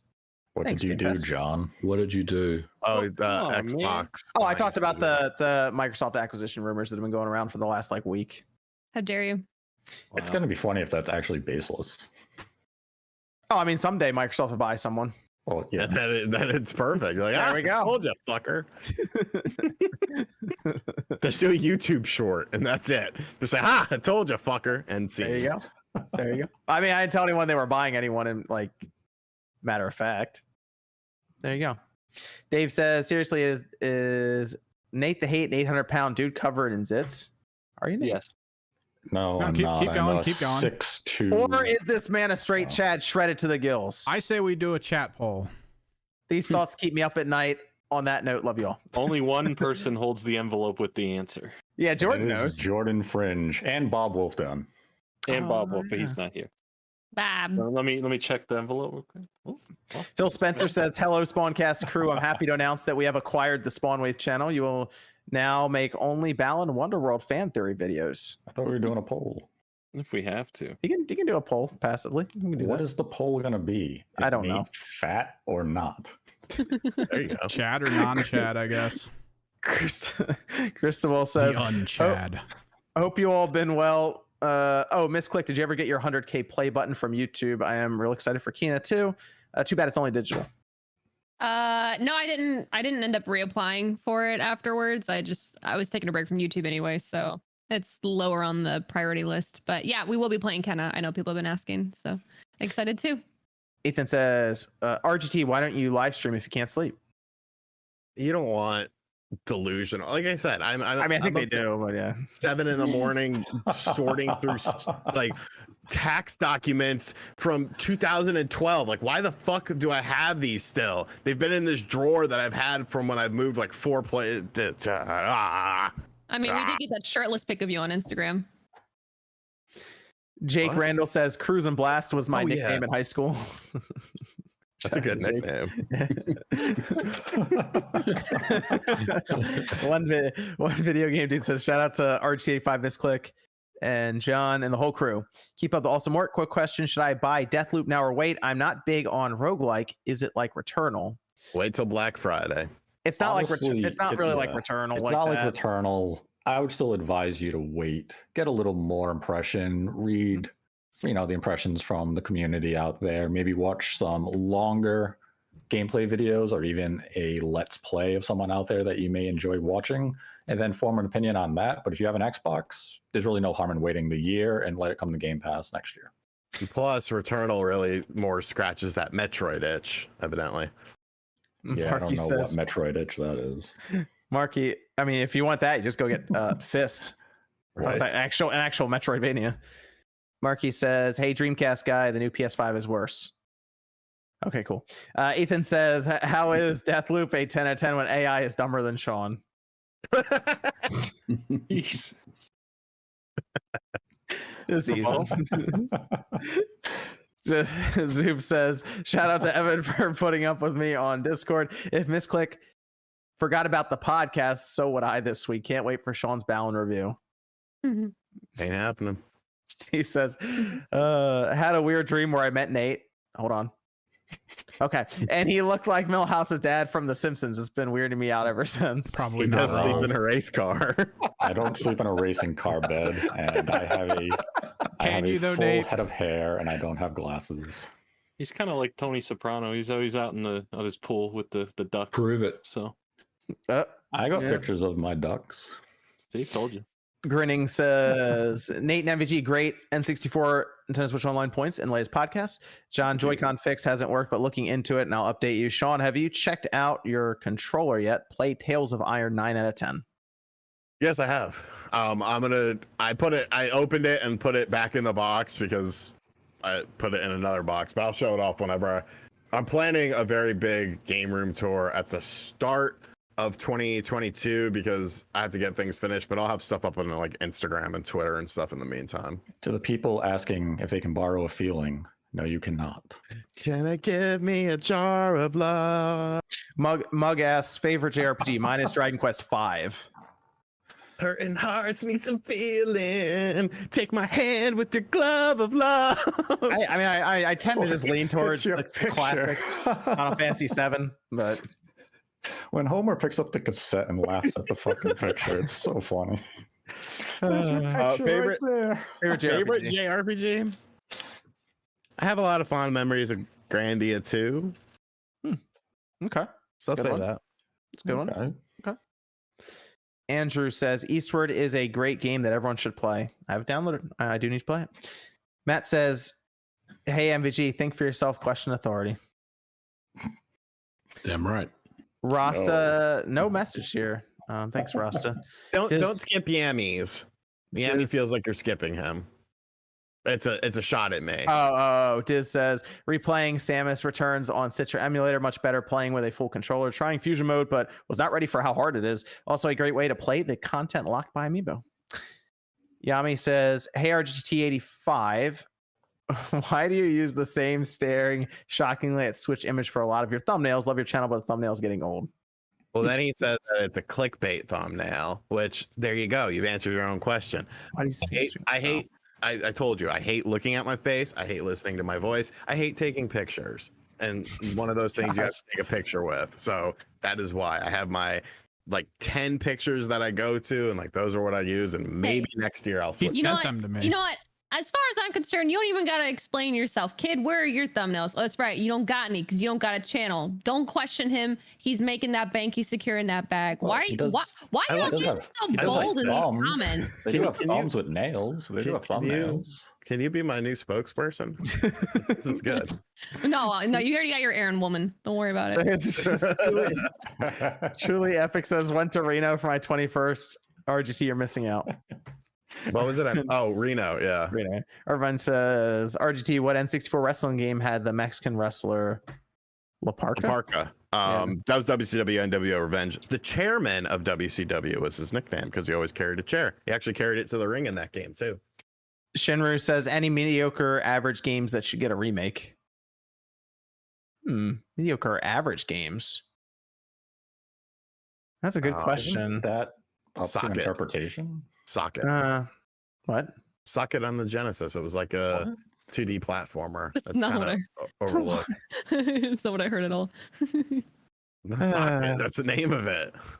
What are you saying? Socket. SOCKET. Socket. That's not what I heard at all.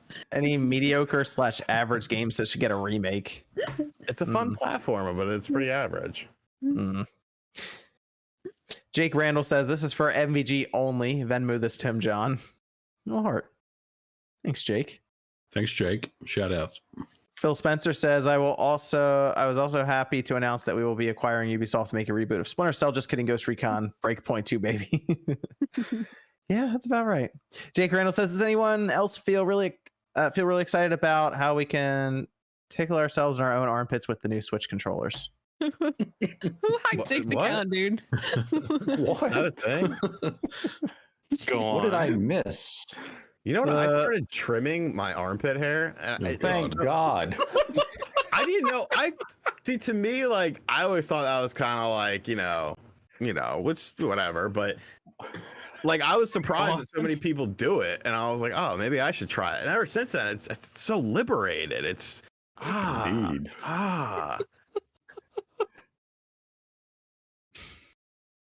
Nvidia. Should just end the show there.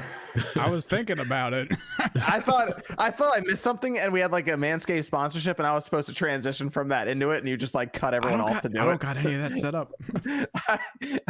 Well, the Manscaped thing is good because it has the attachment on it, and you could adjust it. So like, you don't get, if you don't want to go all the way down bare, just leave a little something there. You're good. Just trim the hedges, not the full buckwheat. All right. I haven't heard of trimming the edges. You don't scorch the earth. You remember that on Chappelle's show where they did the wipe swap? And they had... Oh, it's great. Sean is very tired. I am very tired. Nvidia had probably one of the strangest leaks I've seen in a long time, where they had their GeForce Now database leak, and it had an obscene amount of titles. It was like 1,800 different titles. I'm curious about this MVG. Does this make sense? Because GeForce Now being a streaming platform for games, possibly for testing, even applications. I mean, with remote work now, is that something that's just being used regularly now across the board? I think so. I mean, the leak is interesting because there's a lot of stuff on there that just was like left field stuff, like Chrono Cross, you know? Yeah. Like, in what universe are they ever going to remake Chrono Cross? Like, that, there's just, for me, that's just no way that's ever going to happen. Final Fantasy IX remake. There was so much stuff on there that I think most of it was probably noise, right? But I mean, I think some of it is actually stuff that we'll actually get to see. And I think really it's what are the code names for the Xbox stuff that's in there, and what actually will drop. But yeah, I've heard similar things about how, you know, it's used as a service, you know, for testing builds and stuff like that. So I am curious to see what comes out of this, whether we'll actually see some of these games come to fruition at the end of the day. Yeah, they have, Microsoft did have code names that were confirmed by some people on Twitter, like Jez Corden talked about how Project Holland is Fable, Typhoon is Contraband, and he said he believes Project Woodstock is Forza. But then there's like a game from Initiative that just doesn't have a title, Oxide. Mm-hmm. That's the code name for something with them, Indus and Gravity. So Microsoft's been pretty heavy with GeForce Now for testing. I assume just by streaming, you can just show people what you're doing with a project at the time, whether you're even pitching it. Maybe like Final Fantasy IX Remake, they could have been just thinking about it. And they're like, well, let's draw something up real quick and we'll show how it would even like exist or be a thing. Because they also had, like you said, Chrono Cross remaster, Final Fantasy Tactics remaster. Well, here's the thing: why are they out of that? Why are we talking about Final Fantasy IX remake? You still have to finish 7. There's so much more to do there. Like, it just seems like a pipe dream. I want to see that. Like that would. I feel like that would once again make the community really mad with what happened with Final Fantasy VII remake, because that was a whole controversy there. I guess it depends on how liberal they're using the term remake here. If they're going like full on Final Fantasy VII remake, or are they talking more along the lines of what they did with Final Fantasy VIII? I like the idea of Chrono Cross remaster and Final Fantasy Tactics remaster, though. Maybe that's like a collection. Well, I mean, you could buy Final Fantasy IX on Steam. How do you skip Chrono Trigger though and go to Chrono Cross? Because Forever Entertainment wanted to do Cross. Wait, Forever Entertainment is working with Square Enix. Are they doing Final Fantasy Tactics also then? Are they the ones remastering that? Well, we have to remember Nvidia did come out and say this list is not 100% accurate. Some of these are bullshit listings. They're speculative ones as well. Nvidia said that? I mean, they're speculative, right? That's damage control, though. I mean, someone there lost their job, right? Like someone there really effed up pretty bad for that to happen. It's kind of weird that they came out and said something. They had to. Yeah, they probably. I mean, it's 1,800 titles, and it was dumped in like the most like it was scattershot of like titles. So people put an Excel sheet, then they had to go through piece by piece and figure out which one was for which and what had a Steam ID. Which for Sony, God of War has a Steam ID apparently. So it does appear that God of War at least is heading to PC, and most likely that's I assume that's next. Like Uncharted, that's going to come out here into next year, and then I assume next up is going to be God of War. Even God of War for me feels strange coming to PC. Like I feel like, look, Sony, like there's no doubt that Sony is committing to games on PC, but I also feel like there are some games that just will never come to PC, and I always felt like God of War was one of those games. I mean, do you think we will see God of War after this? Because I still have a lot of difficulty seeing that game on anything other than PlayStation. Well, if God of War goes to PC, in your mind, then does that just open up everything to go to PC from Sony? Like, is that really the turning point? I think all bets are off at that point. Anything could come. I feel like Gran Turismo should go to PC next. That and obviously Dreams. Like, how is Dreams not on here? Like, oh, yep, that's going to PC. With mouse and keyboard and stuff. Yeah. I mean, that would be something you would expect to see. But I mean, look, if God of War comes to PC, then where the hell's Bloodborne? Right. Hey, I love it. The thing I like about this leak, by the way, is everyone was going through and they were cataloging it, and on Reddit it specifically says no Bloodborne is on here. And it's like, I'm sorry. Nothing about like a Gravity Rush or a Spider-Man or Last of Us. You know what's weird? I feel like Spider-Man is the game that Sony will just try their best to always keep to PlayStation. Yeah, Yeah. I kind of see it that way.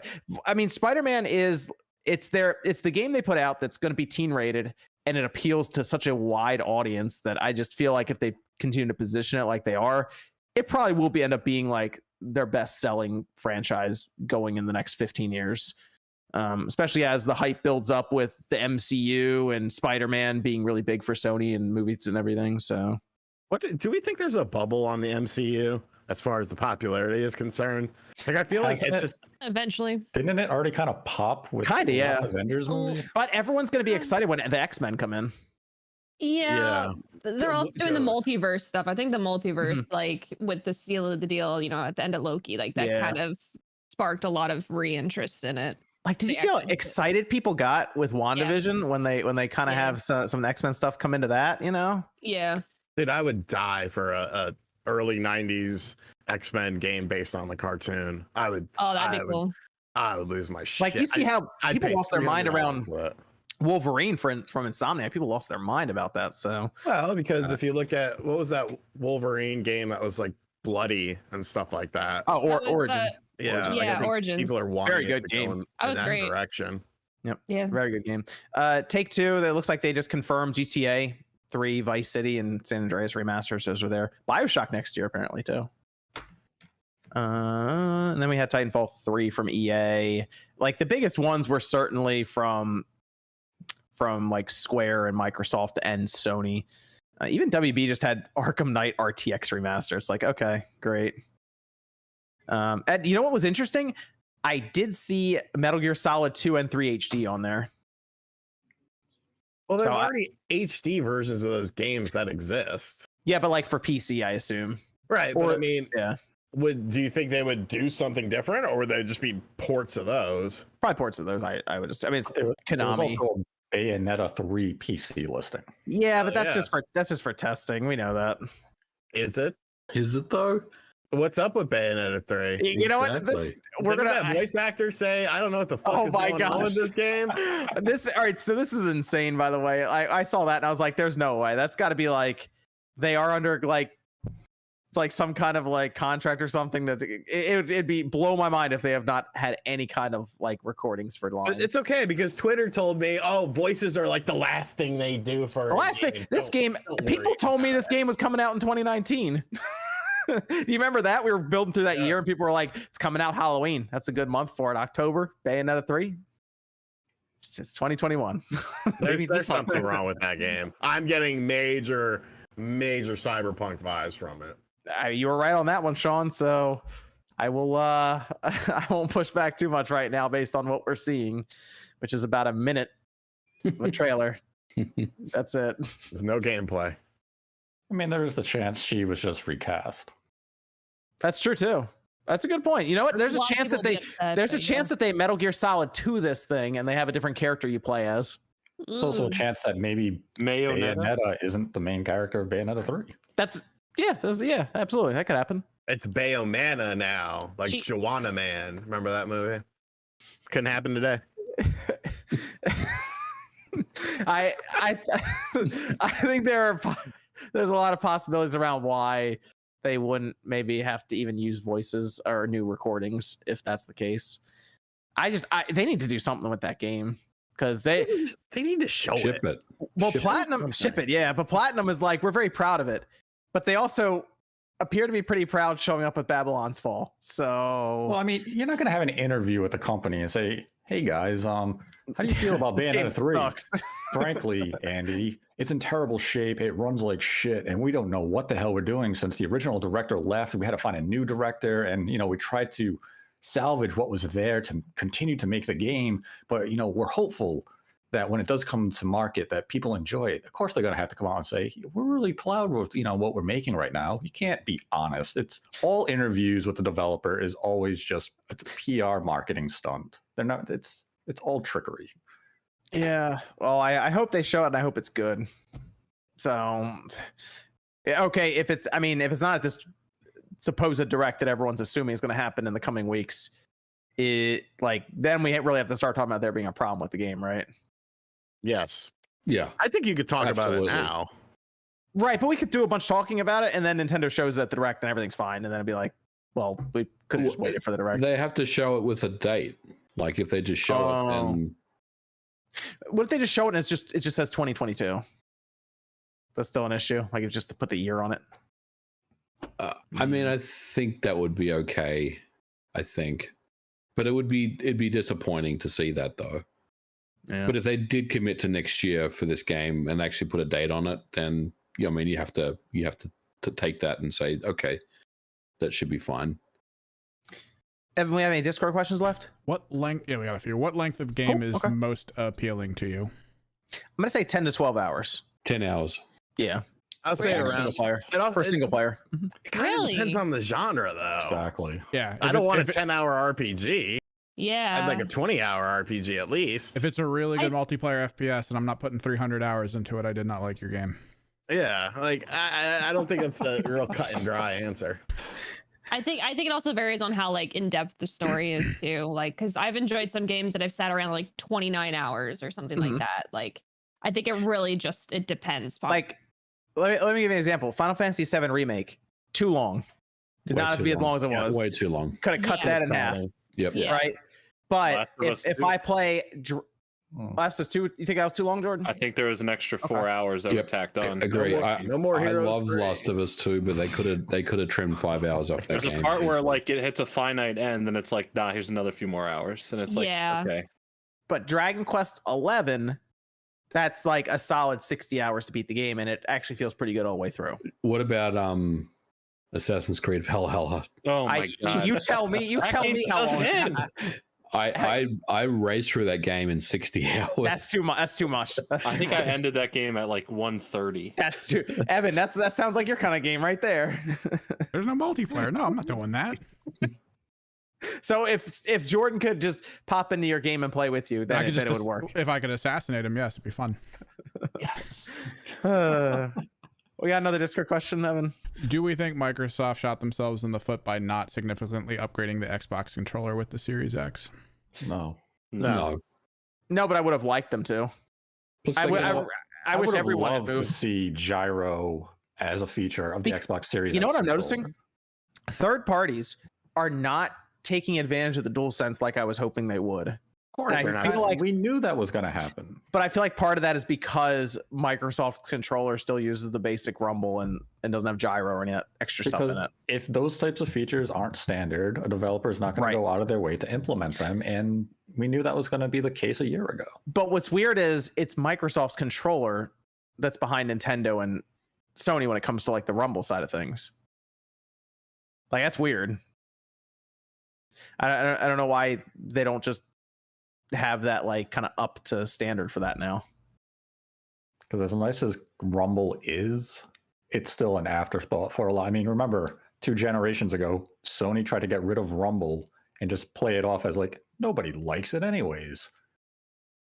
And then Yeah, we and they had found to put out it it was back in. really because they were being sued. Well, oh yeah, that's a good point. That's a good point. But like Microsoft's doing other things with their controller that I'm like, I guess that's cool. Like double tapping to switch between 2 different devices. Like they do have ideas for the controller, but like I don't know. I would have liked to have seen them do a bit more.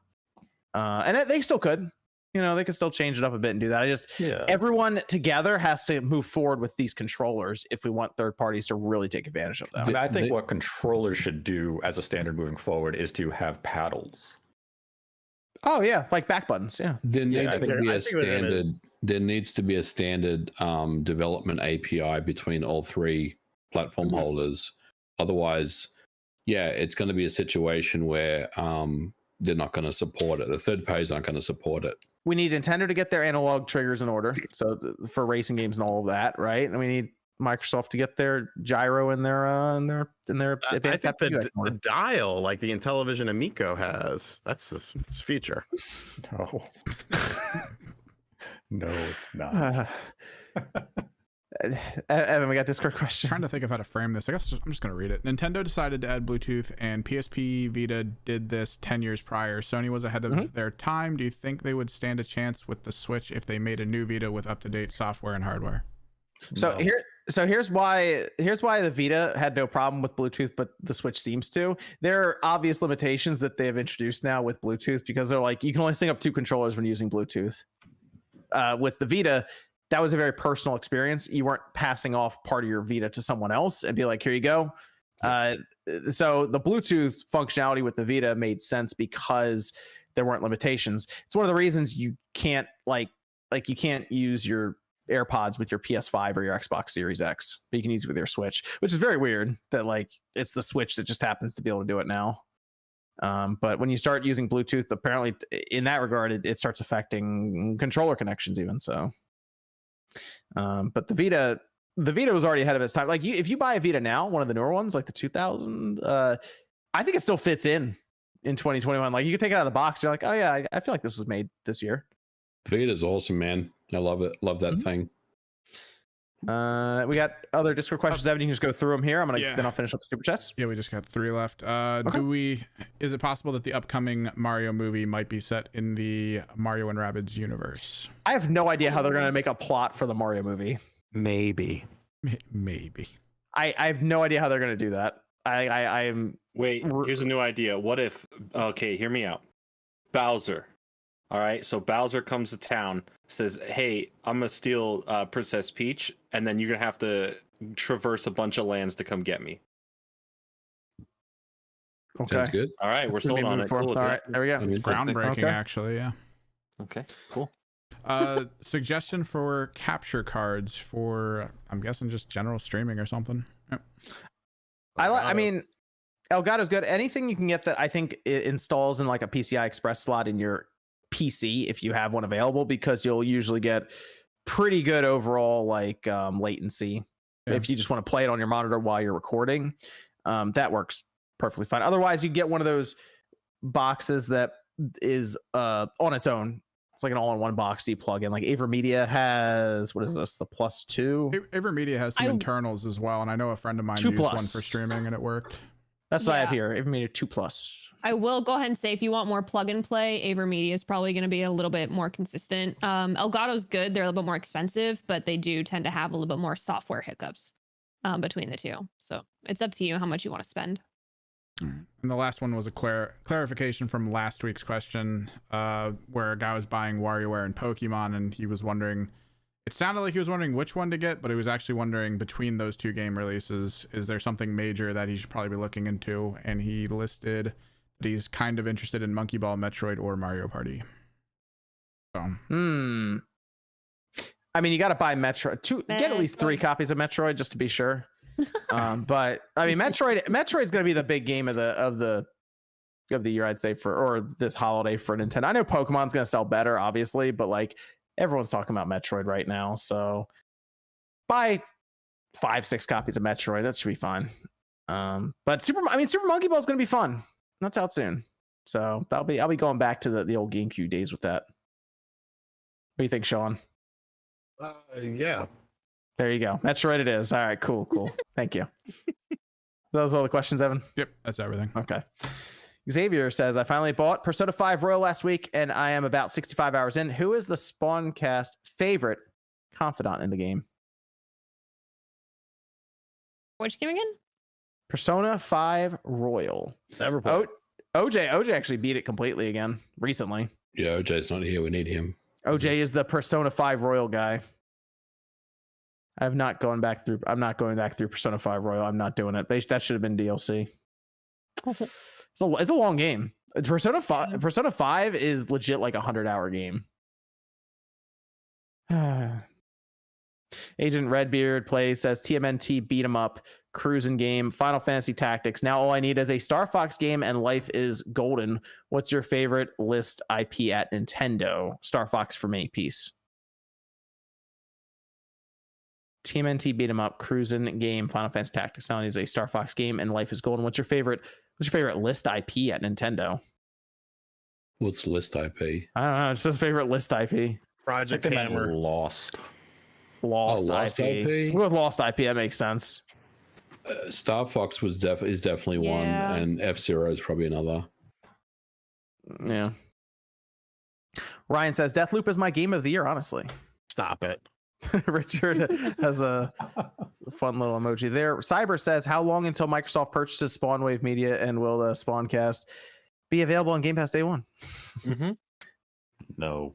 Nope. Rike says 3 days till Kina. Yeah. True. Let's hope it reviews well. Oh, Nate. I hope it Game is reviews well. absolutely But awful. Nate knows 9 out of something. 10. this is a game that they've talked about a lot, and we've seen very minimal gameplay footage outside of leaks. And for a game that they continue to go to Twitter and be like, 2 days, why are you waiting until launch day to drop the reviews?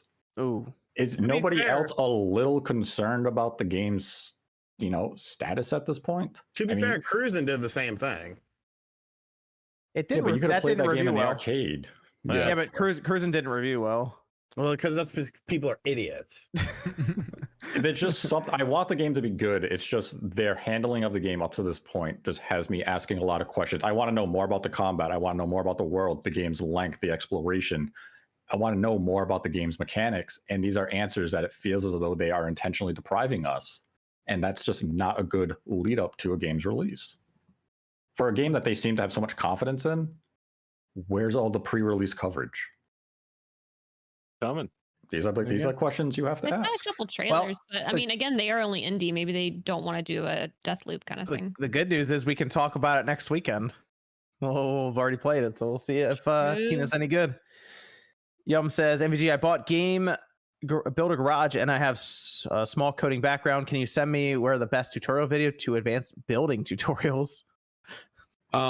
Just go through the tutorials in the game. Like there's these, it starts from the absolute basics. So I would just recommend just go through the tutorial levels because you'll really get the hang of how to make games in game Build a Garage. I wouldn't look at YouTube or anything. So just walk through that. You'll figure it out pretty quickly. Okay. And this is from Ace King saying, love this podcast and the Nate the Hate podcast. Is anyone else here? Do a podcast. Otherwise, are there any other gaming podcasts you would recommend? Sean streams occasionally. I stream occasionally, yeah. Do a Pokemon podcast, but that's specifically about that only. So There you go. Stern says, Spawncast should host Dreamcast Guy v Austin Evans live cage match. Do it. I'm down. now we're talking. Andy says, just finished a game night with friends. What kinds of board games do you all like? Oh God, didn't we do this a couple weeks ago? Yeah, I thought we did, didn't we? Yeah, people made fun of me because I said tiddlywinks. Yeah, that's Right. right. We'll do it again this week too if you say Yeah, it. and for good reason. Rightfully so. You Monopoly over there with Party. your tiddlywinks and hot wieners. Somebody went in the comment section and there is a world championship tiddlywinks tournament. There's a world championship Monopoly tournament and world championship rock paper scissors tournament. Like, what are we talking about? It doesn't matter. Okay. Hey, Tiddlywinks. just saying it exists. Ian says about Doesn't 5 make it hours good, into Nate. Eastward. Absolutely loving it. Anime says, with Lost Judgment getting better reviews than Sonic Colors, can we say that at this point Sega's flagship series is Yakuza Judgment and not Sonic? We Sonic's can't dead? even say Yakuza in Judgment because the creator of that franchise is going to NetEase. So that game, or those two games, may not even exist anymore at Sega. Guess we'll see what happens. And I mean, we do have the big Sonic game coming out next year, right? Sonic Rangers That or whatever. sounds terrible. Every single detail about that Sonic game sounds like putrid Stop it. trash. Wishbone says, if Microsoft buys Sega, no more Spartan console. Yeah. That's Rip. true. Rip. Devin says, any chance to find MD Special Edition in store? Thanks. MD. MD. Metroid Dread. Oh, Metroid Mega. Special stores. Oh, that's gonna be tough because people are buying them up and reselling them for more than double the price on eBay. You Check have out Wada and Heritage Auctions. They'll take care of you over there. gosh, What someone are is you definitely gonna talking get that about? graded. You know, someone's getting that graded, and just to I see. am.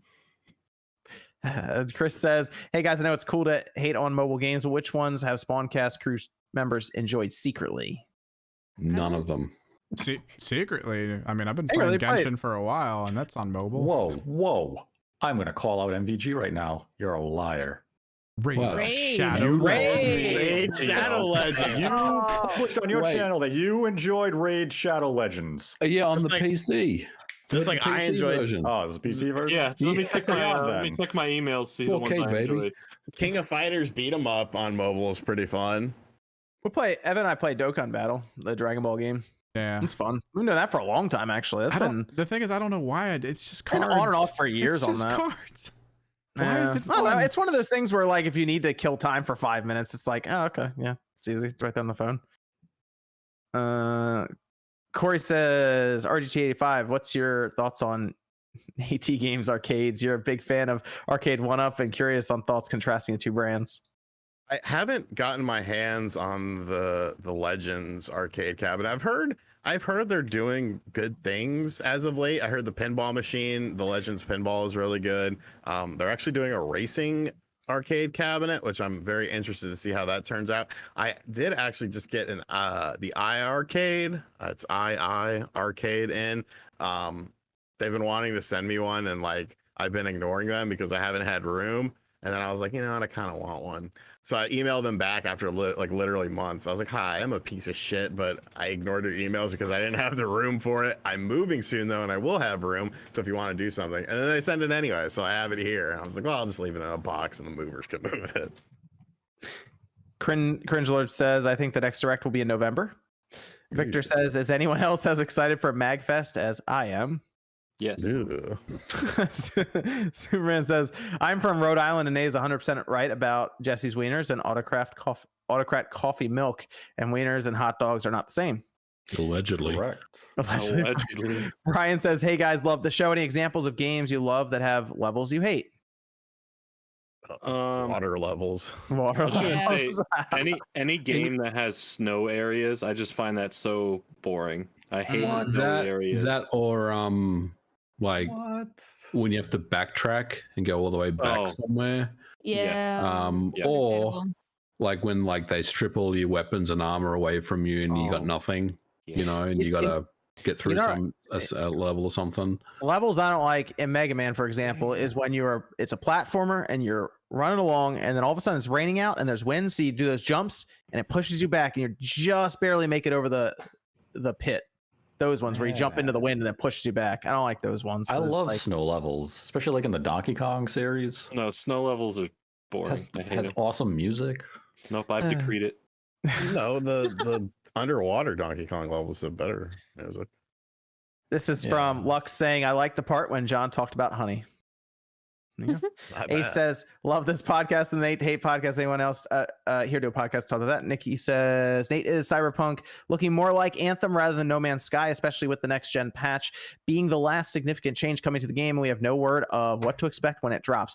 I'm going to tell you, everyone, right now, I feel like there is a chance that Cyberpunk is going to end up in the Game of the Year nominations, and it is going to cause the biggest controversy. It is, and you know what? You know what's gonna be crazy is if a game that people are really hyped and excited for, possibly getting in, gets left out because of Cyberpunk. It will not be nominated.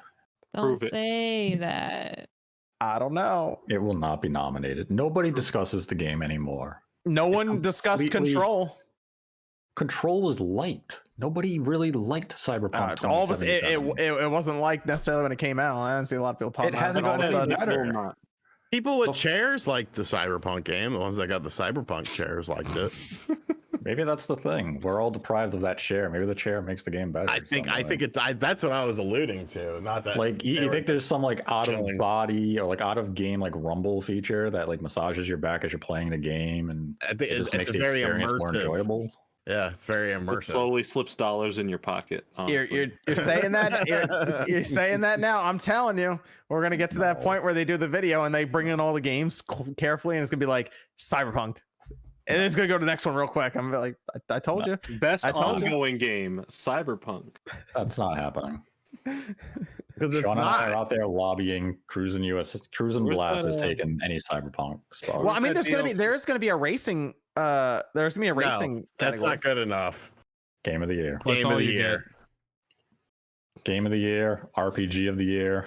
Yes. Cruis and Blast is in every category. There are RPG elements. You're upgrading things like the vehicles. For co-op the says, role of a mechanic. MVG is so smart. He's working on all of the emulation for N64 on Switch. Is that true? That's what you're doing? If it is, I can't say. Okay, But no, there you go. it's not true. Helmet says the problem with Wave Race is the Kawasaki angle. And then They Jeff could, just Grubbs. they could just texture swap that Kawasaki logo out. Not a big deal. Mm-hmm. Jeff Grubb says Excite Bike 64 on the list, or I swear to God, kick off any other game. That is a good game. That It's a was good fun. They had that like you could just go into like the basic arena and just do jumps. That's all I would do. Yeah, same. It was just fun. You try to do a backflip and never quite get all the way around. Those are good days. Monroe says, anyone else excited for Demon Slayer game? Also, Jordan, you get any Pokemon celebrations on pre-order? I was lucky to get some off Pokemon Center. Yeah, I got some celebrations coming in for next month. That's the 25th anniversary set. Tyler says, pray for Paper Mario on Nintendo Switch Online, best game ever made. It's Sobi says, Mischief Makers. Classic. Interesting. That's on my list. Mac Mega says, I hope Sin and Punishment Beetle or Adventure Racing. That's a good pick. Unfortunately, I don't think it's going to happen. That'd be cool, Nice though. thing. Yeah, and Doshin the Giant come to the Nintendo 64 service. Also, MVG is the gaming Dos Equis man. Banana says, sub gamers, I am having an existential crisis. What is the point of sentience just to sit around and wait for death? Sentience is a curse. Wow. Andrew says, thank you to whoever made Spawn. Well, okay, look, at least buy Metroid Dread, all right? Banana, just go and do that. Andrew says, thank you to whoever made Spawncast out of context. I don't know who did that. I assume it was Jordan, but Nope. I like it. I think it's Jordan. Evan, it's gotta be Evan, It's dude. not me. It's I'm not feeling it's gotta no. be. Since we played Among Us a long time ago with John, I think it's John who's did it. He's sus, honestly. I think he's the Yeah, one. sussy who created the baka, account. as you call it. Yes. Ethan You says, know what? He didn't respond to that. He just Yeah, sat there right. quietly, Truth is out. like, shit, they caught me. oh no, I didn't make the Twitter account. A little too late there, but Ethan says, Jason Lapine wrote Sean's book. He just took credit. No, Lapine did not write anything. Lapine. He designed it. He did the like to make it look like not shit. No Quarter says this channel gets me through some hard times. Early congrats on 600K and change the name to Spawncast. Marky says, discuss Project Eve. We did that last. Good. We talked about last week. And Tony says, according to Jack, N64 will be added to Nintendo Switch Online. no, say that guy's full name. Lux says, no message from Lux. Ian says, Jordan, I recently found a base set Charizard in a random box of cards. Would you hold on to it or sell it? Love the show. Thanks in advance. There's a million different answers to that. If it's in good condition, if it's not scratched up, if you want real money for it, it's about grading. If you have an attachment for it, there's so many ways. It's not like it's just a straightforward answer, but I'd say just hold it for now. Gilbert says, everyone, I finally roasted RGT85 because he is awesome. And Misclick is next in line. And I'll put it on my Facebook group, Team Gilbert, and you can't find it unless invited. I will post on Twitter one day. Good luck, man. Who uses Facebook anymore other than Sean? And that's Sean's favorite group. Start talking to my stupid friends. That's the group apparently that just roasts Sean. He's in there. Oh yeah, that's that group's great too. What was that, the I Hate Sean group? The people versus RGT. RGT makes this so much better. Ethan says, just to be clear, there must be two Ethans, and I'm actually Ethan Miguel, both words as my first name. Disco says, y'all ever get into the Driver or the Getaway games from the PS2 era of games? I guess Driver is more PS1, but still would be sweet to get a remake. I remember playing Driver 2, and it was a big deal because you get out of the car back then. Baby chicken wings. There was a Middle Eastern kid named Ethan in my second grade, and I went in the bathroom, and this dude like threw up, and like I don't know if it was like my brain at the time, but it literally looked like a square of meat like came out of his mouth. It was the most bizarre thing in the world. And I always remember Ethan, the Middle Eastern kid who threw up a chunk of meat. Chicken Wing says, big fan of RGT84. Ethan says, I wouldn't insult RGT unless he's going to take off his white tee and throw it at me. Ethan, are you the kid from my second grade class? I feel like you might be. Chris says, love the podcast. Interested to hear the most satisfying gaming moment you guys have ever experienced. That's What? tough. That's a tough question. It was probably some Halo match where we came down to the end and I like ended up killing someone for the last kill or something like that. So I know that's happened a few times. Oh. That's what I'm going with. I mean, because there's like sentimental, there's like hype, you know. Yeah, that's true. Yeah. Levels That's to true. it. Lux says, flap those wings, RGT. Always. Hondo says, anyone played Eastward? I picked it up physical from PlayAsia after the reviews came out. Oh, they do have a physical copy for that. Okay. That's good because I just have it digitally. Matanumi says, Vita 1000 modding USB-C port. Should one strike to replace the proprietary port? Mystery port. What would be best? Non-3G model, of course. You have to figure out how you match up all of the wiring with that port. That'd be kind of tough the way the Vita has it set up. Let's go around, do some outros as I finish up with these, and I go to Streamlabs as well just to make sure I get anything there. Let's go to Sean RGT85. Where can everyone find you? Find me on RGT85, pretty much anywhere. Go check out the N64 video from today. A lot of interesting picks in there, very realistic picks as well. And then, yeah, I have no idea what I'm doing this week or the next week, but I will do stuff. Crossing your fingers for a direct. Yeah, dude. If the direct is this week, if the direct is this week, great. If it's 3 weeks from now, great. I just don't want it to be the not this upcoming week, but the week after that, because that would just fuck me over. Let's see. This is Andrew saying, what retro console do you think would benefit from an HDMI mod and why? N64. Yeah, N64. You know why? Bron says, let them know, misclick, all caps. Daniel says, new Nintendo controller is a GBA with no screen. All right. Taco says, let's go cruising. Let's go cruising. Let's go cruising. Jared says, Cruising Blast. Best arcade racer since Burnout 3. I'll allow it. Yes. Roxy says, let's keep in mind Bayonetta 2 came out in 2014. Yeah, it's Jason, been a long time. Yeah, it has been. Yeah. Jason says, if/when the big three gaming companies go all digital, will that leave enough room for another company to come in and thrive with physical games? Thrive? No. Niche? Yes. Mike says, Nate, can you actually not see red? Yes, I'm colorblind to red and green. Red and green. There you go. And let's see. Marky says, MVG demons or doggies for the flag. I'm drinking Melbourne bitter cans. He's talking about Australian rules football. Okay. Yeah, dude, I don't like the Melbourne Demons, but good on you for drinking that Melbourne bitter. Shinru says, I want to get into stream, but I don't want a PC. Any laptops you guys would recommend? Elgato capture card sounds neat and will grab. Well, if you're getting a laptop, you gotta get an external thing most likely for capture. Yeah, let's get an external one. I mean, laptop brand is that's Pricey. Yeah, laptops are pretty expensive now for those kind of cards. Like if you want like a 3060 or 2060 or 2070, somewhere in there. Even those are pretty expensive. Brands, it more depends on the line that they have. Like if it's more of their high end line versus that. A lot of people like Razer, but those get kind of loud when you're using them. Phil Spencer and buy a suggestion here, but I think Psychonauts 2 from the talented people at Double Fine at Xbox Game Studios has to be my game of the year. Let's go to Miss Click. Where can everyone find you? Yeah, thanks for having me. You can find me here on YouTube as Misclick Gaming, or you can find me live on Twitch almost every day. We're still playing through Life is Strange True Colors. We've been doing that. We've been doing some partnership stuff with Nvidia as well, so that's been pretty cool. But then we're also going to be diving into Kenna when it comes out next week, and you can find me there at twitch.tv/misclick_live. And then other than that, just on Instagram or Twitter as Misclick. Ross says, Tales of Arise is my game of the year 2021 so far. What is yours so far this year? Unrelated, but Vita's life.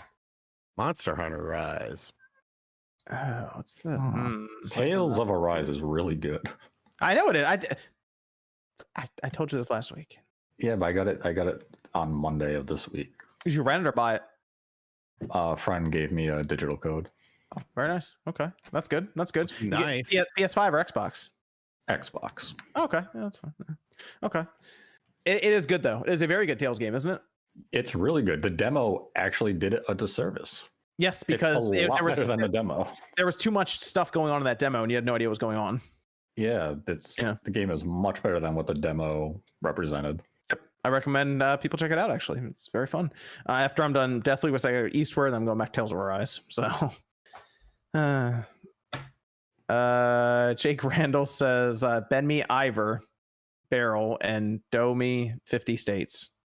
Did you just quote terrible bosses? Horrible bosses. Yeah. I mean, he had some typos in here, yeah. I think he's been drinking this evening. Read his next super chat. What's funny is I genuinely proofread my last super chat multiple times. Yeah. Demi Crow says, what's your favorite place to get fried chicken? I think Popeyes is overrated. Popeyes. I think Popeyes is overrated as fuck. Popeyes and Churches are both pretty good, though. I will take KFC over Popeyes any day. Really? Oh, we're on the KFC versus Popeyes debate. Oh, gosh. Well, I I told like the story Churches. of Carlos that worked What at did KFC. Carlos do? Hang on, I gotta zoom in on you for this. Go for it. We've heard the Carlos story. Oh, no. Yeah. All right. Yeah, he was the prep Unzoom. line Yeah. guy, and we'd only eat at KFC when he was there. Oh, that's right. Yeah. Good call. Shinru says, should Bandai Namco release Tekken on Nintendo Switch? Which Nintendo characters would you like to see in the Switch version? Little Mac, Captain Falcon. Who would you put in Tekken? Princess Kirby. Toadstool. Didn't Okay. they have like a Mario costume in Tekken Tag 2 or something on the Yeah. Wii U? Yeah, you could be Mario, Peach, Luigi, and Toad, and I I don't know. think Bowser and even like Wario. I think they all had costumes in Tekken Tag on Wii U. Let me go to MVG. Where can everyone find you? Thanks for having me on. You can find me on Twitter at Modern Vintage G and on YouTube at Modern Vintage Gamer. Monday, I have a video coming out as usual, and Nate and I will probably do something next week. I don't know Why? You got what that something will happening entail. next week? Maybe. Maybe. We'll have to wait and see what we do. But yeah, thanks for having me on. Ethan says, Cyberpunk 2077 is great on Stadia. Not kidding. They're each other's only saving grace. Telling you. Prepare for shock and awe. Best And that gets Stadia nominated. game. Let's see. 9 says, loved RGT's vid where he sang the theme to an old underrated cartoon. You sang Dinosaurs? Dinosaur. No, Dino Saucers probably. Dinosaurs wasn't a cartoon. That was a real life. Dino Saucers was like a show where it had dinosaurs from outer space, but like the What? theme song was so good. Dino Saucers. It was choice. You know the dude. Street Sharks theme? Yeah. I didn't really watch it that much. Oh man. A lot of my I remember that. a lot of my What shows about, were based on like how good the theme song was.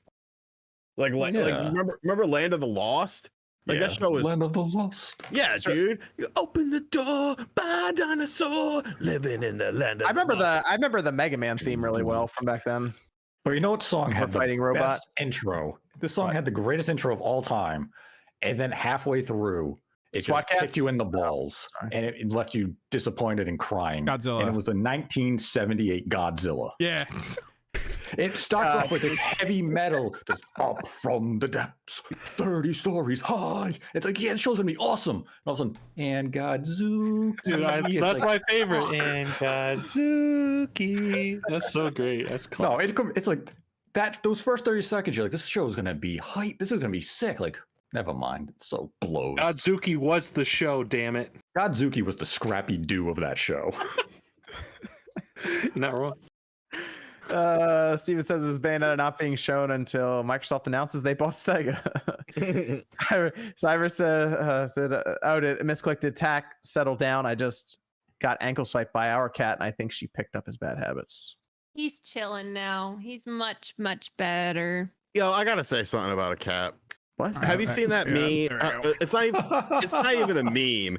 I saw some shit on Facebook where it was like a picture and it was like, cats are not just pets, they ward away evil spirits and stuff like that. And there were so many middle-aged to old-age white women on there that were like, yes, I agree, my cat keeps away the old spirits and evil spirits away. Like, what the fuck is wrong with you people? You I mean, people need it keeps you away, so isn't that the same? Damn. I'm not an Ooh. evil spirit, I'm an evil human. There's a difference. It sounds like Facebook's just the dude, it's part of the internet.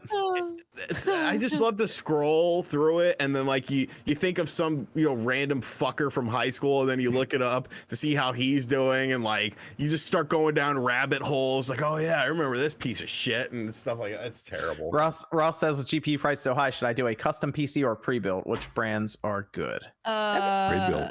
Right now, pre-built's the big thing. I buy power. I honestly, over everything, I do recommend powered GPU because it is pre-built, but you basically give them a list of what you want and they just put it together for you. So it's not like necessarily determined where you're stuck in a certain thing. You can pick your card, you can pick your RAM, but because they get everything in stock, they have all the cards and stuff. And I got my computer from them and I love them. They have really good customer service, and then their tech guy is just phenomenal. He's helped me even with my computer I didn't buy through them. So powered GPU, I highly recommend them. Okay. Let's go to Jordan Fringe. Where can everyone find you?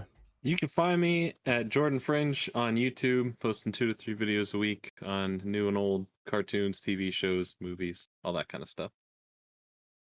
Tyler says we need an RGT Nate duet serenade video. You guys gonna do that on Sean's channel? What are we singing? Like that? Pick one of the old classic 90s cartoon or something and just start Cruis Blast. Singing some Batupe. Maybe a little Darkwing Duck. Machu Picchu? Oh yeah, Darkwing Duck was a good one too. When there's trouble, you call DW. DW, yeah. Nexus says Darkwing Duck theme. Whoa, oh, that was good. Darkwing Duck. Yeah, it was good. What about Gummy Bears? Remember the Gummy Bear theme? Dashing and daring, courageous and caring, faithful and friendly with stories to share.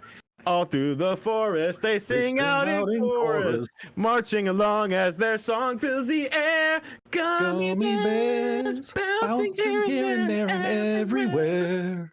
High adventure that's beyond compare. They are the gummy bears. That's all you get. Nexus says, since 2016, That's a super chat right there. There's been a Nintendo Direct roughly a week before TGS. Do you think there will be the first time in 5 years they have one after TGS instead? Maybe. I feel like they'd want to have it before Tokyo Game Show because somebody's got to announce this Castlevania Advance Collection. Complex says, I can't wait to see you guys live at Too Many Games, but I noticed on the schedule that you guys are overlapping with Scott the Waz. Is there any way you guys could adjust the time? I don't want to miss Scott.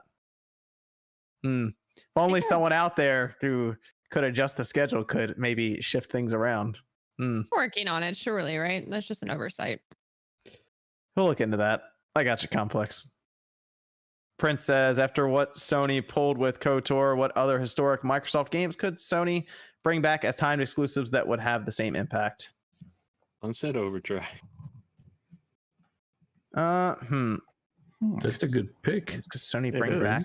That's actually a good pick. I could see Sunset Overdrive on Sony. I think they're going to pick up a sequel for it and then re-release the first one.